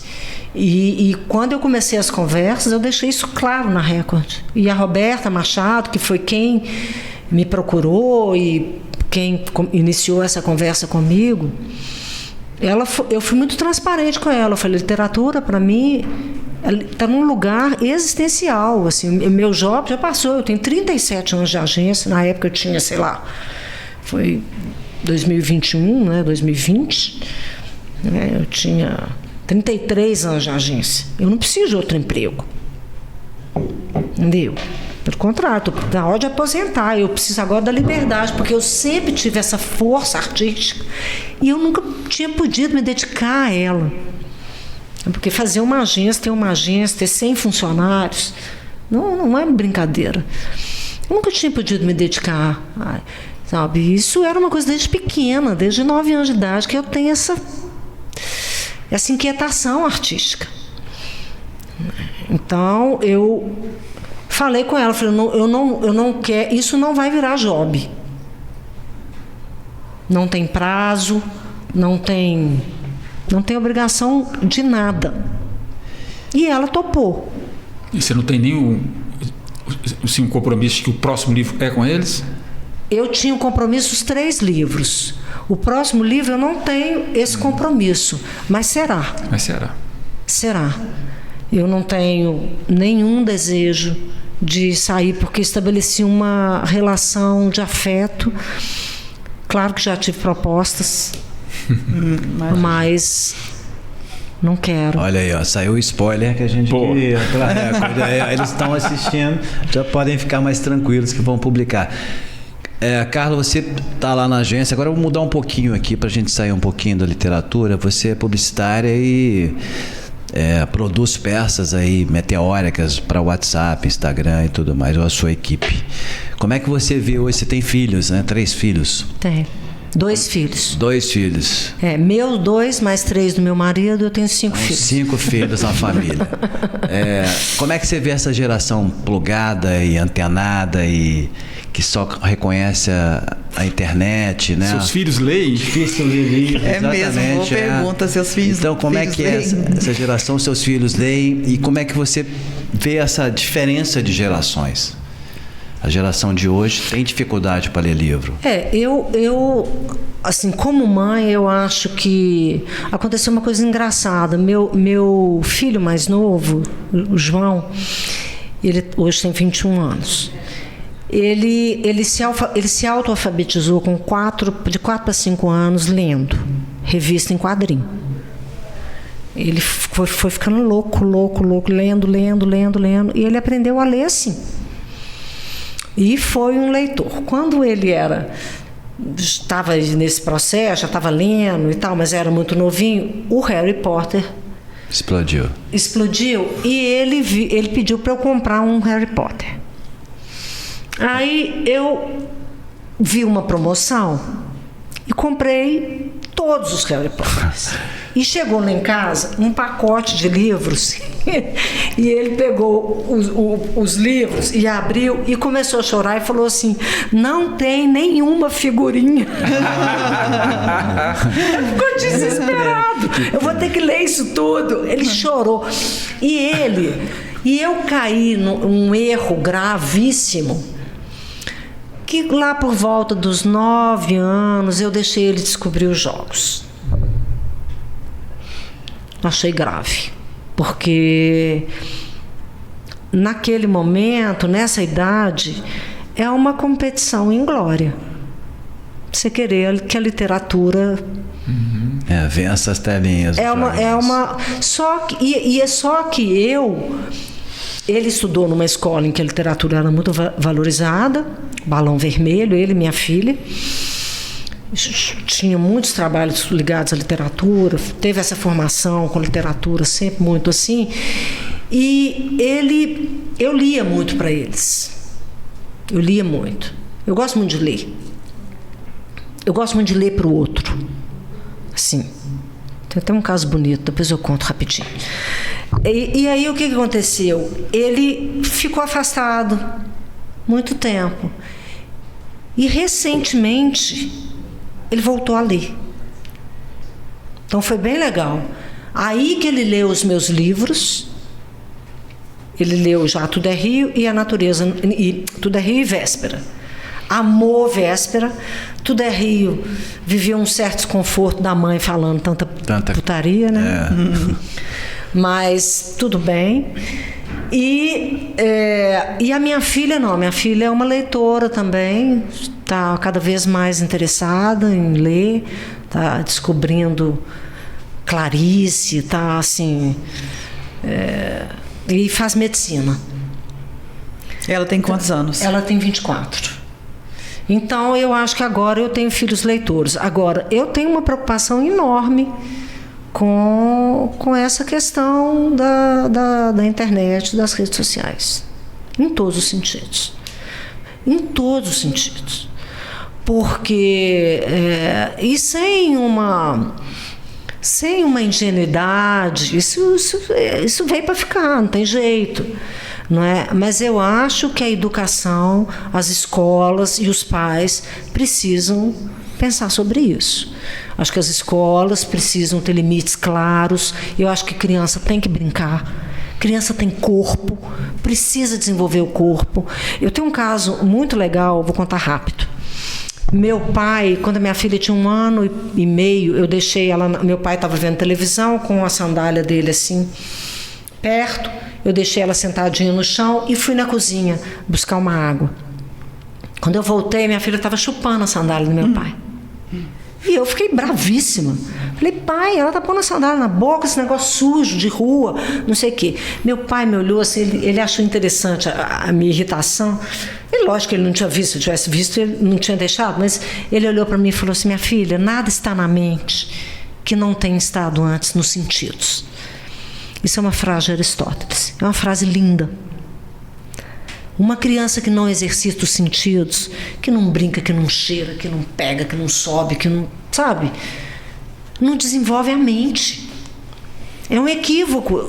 O corpo, sabe? O corpo não vem depois. O corpo vem antes. Então, assim, eu tenho esse lugar e eu gosto muito de pedagogia. Eu tenho essa preocupação, sabe? Eu acho... Meus filhos, graças a Deus, nenhum dos dois...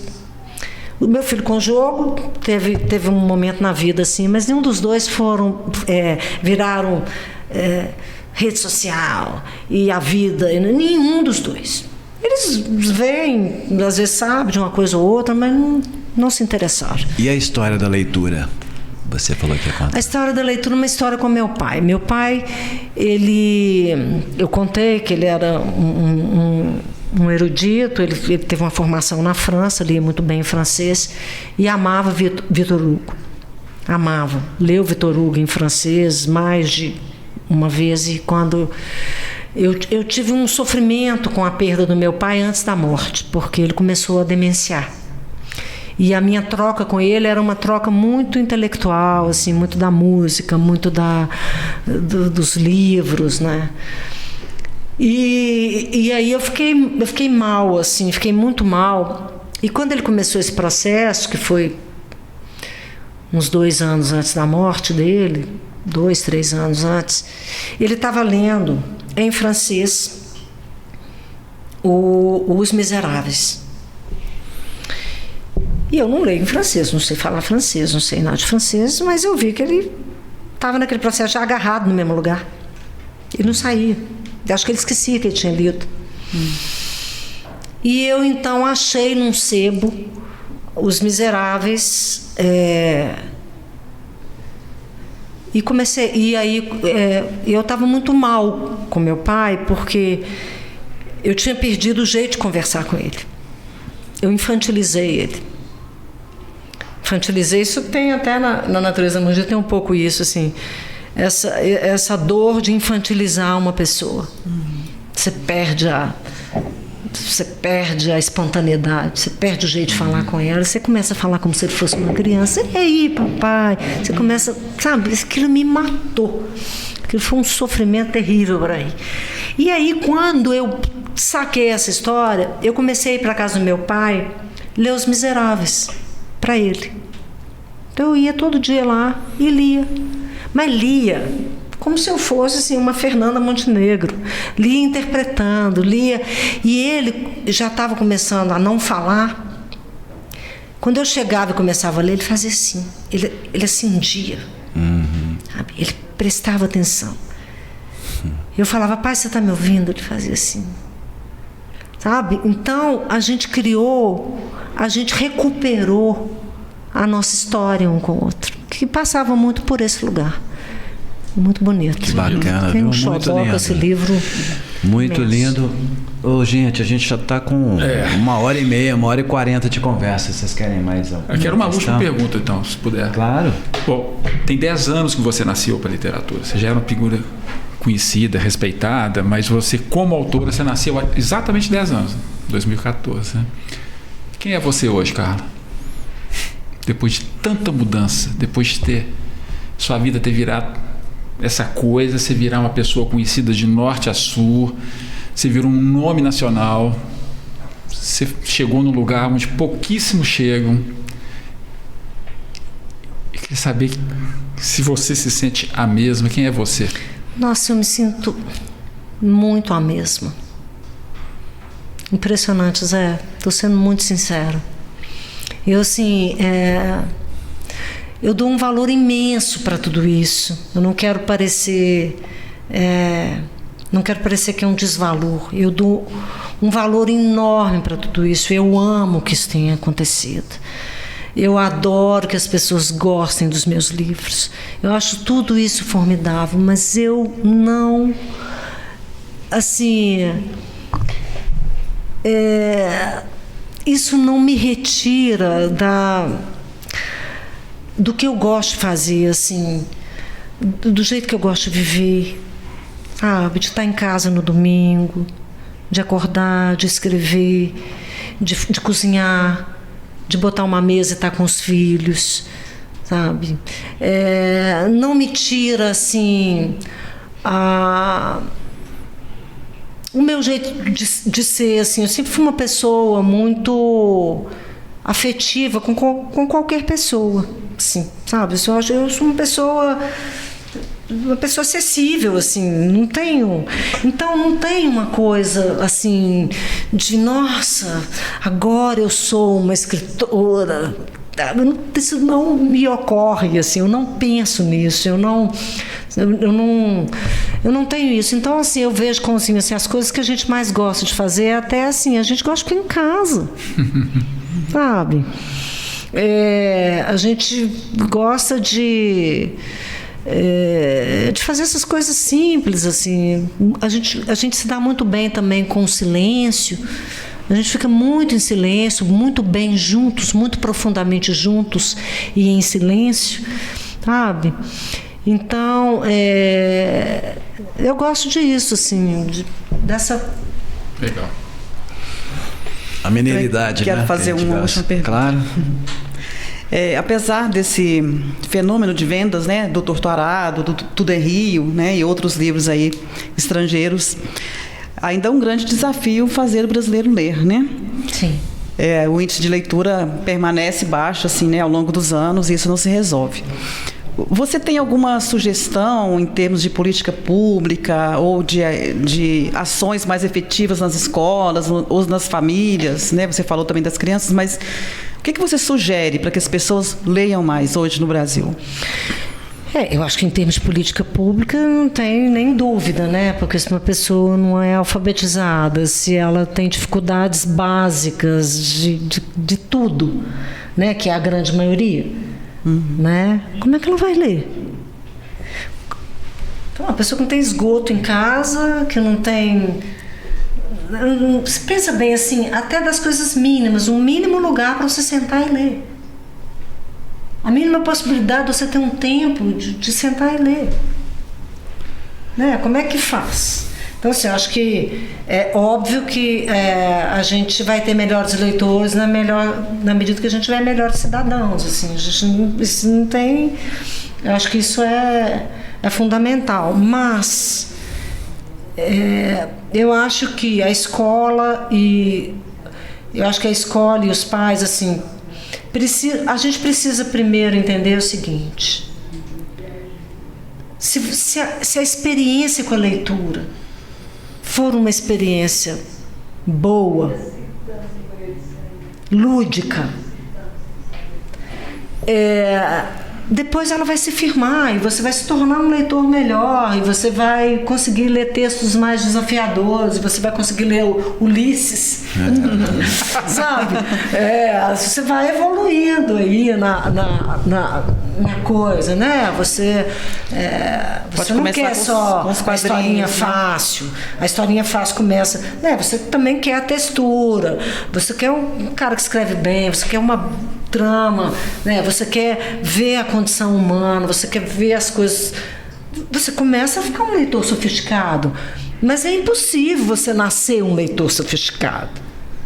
Por isso, às vezes, as escolas erram muito na seleção dos textos, porque elas já querem oferecer uma coisa que não vai pegar, porque o menino não tem condição de estabelecer uma conexão com aquele texto. E sem conexão, ele vai se afastar. Ele precisa ter prazer, né, com a leitura. Eu acho que parte é essa compreensão das curadorias, das escolhas certas para cada idade, sabe?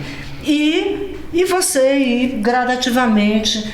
Você esperar, às vezes, de um menino de 16 anos, 17 anos, que lê determinados textos, que hoje a gente lê encantado, não vai rolar. Tem um tempo para Machado, né? Não precisa ser na adolescência, pode ser depois. Eu lembro de ler com meu filho um texto de Machado, um dos contos dele, me fugiu o nome aqui, que eu li em voz alta junto com ele, assim, ele já com 16 anos, assim, eu falando, João, vamos ler esse texto junto. Ele falou, cara, é impossível. Assim, era difícil mesmo para ele, sabe? Isso aí.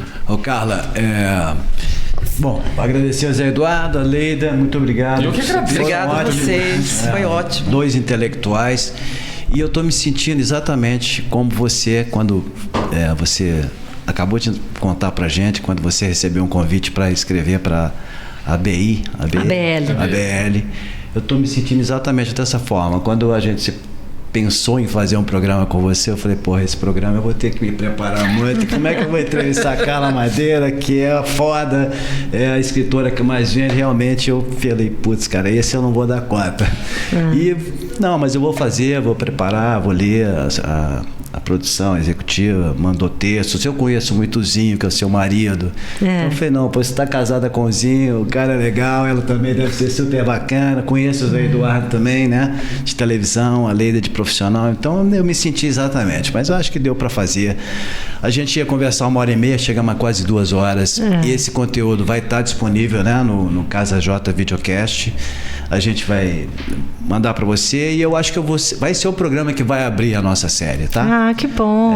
Vamos abrir com a Carla Madeira, que é já para bombar logo, e vamos distribuir para todo mundo. Eu te agradeço imensamente, desejo sucesso. Você é uma pessoa sensível, mostrou aqui por vários motivos que está preocupada assim com o que as pessoas estão lendo, como é que as pessoas estão sentindo, está preocupado com o ser humano, está preocupado com perdão, mas também não quer perder esse vigor de escrever da forma autêntica e forte também, né? A gente espera que seu próximo 4º livro também seja um sucesso e que traga todas essas emoções mais básicas do ser humano, né? Eu acho que é isso que traz você. Como o Zé Eduardo falou, você é uma pessoa diferente de 10 anos. Você, tudo bem, está mantendo a sua mineiridade, mas não dá para falar que a Carla Madeira hoje é a Carla Madeira de 2000, de 2005, não. A Carla Madeira, a maior escritora brasileira de ficção e que vai fazer sucesso em vários países do mundo. Então, cara, é o sucesso, tá? Vai em frente. Obrigada. Nos brinde com seus livros, com seus comentários, com seu texto que é bacana, jornalístico, poético. Muito obrigado pela entrevista. Muito obrigada, eu que agradeço, foi uma delícia. Obrigada. Massa. Gente, então tá aqui, o Casa J Videocast está terminando. Acompanhe as nossas redes sociais, divulgue o programa, né? Compartilhe. É isso que a gente quer, entrevistar pessoas tão legais e com convidados tão ilustres aqui. Muito obrigado, até o próximo programa.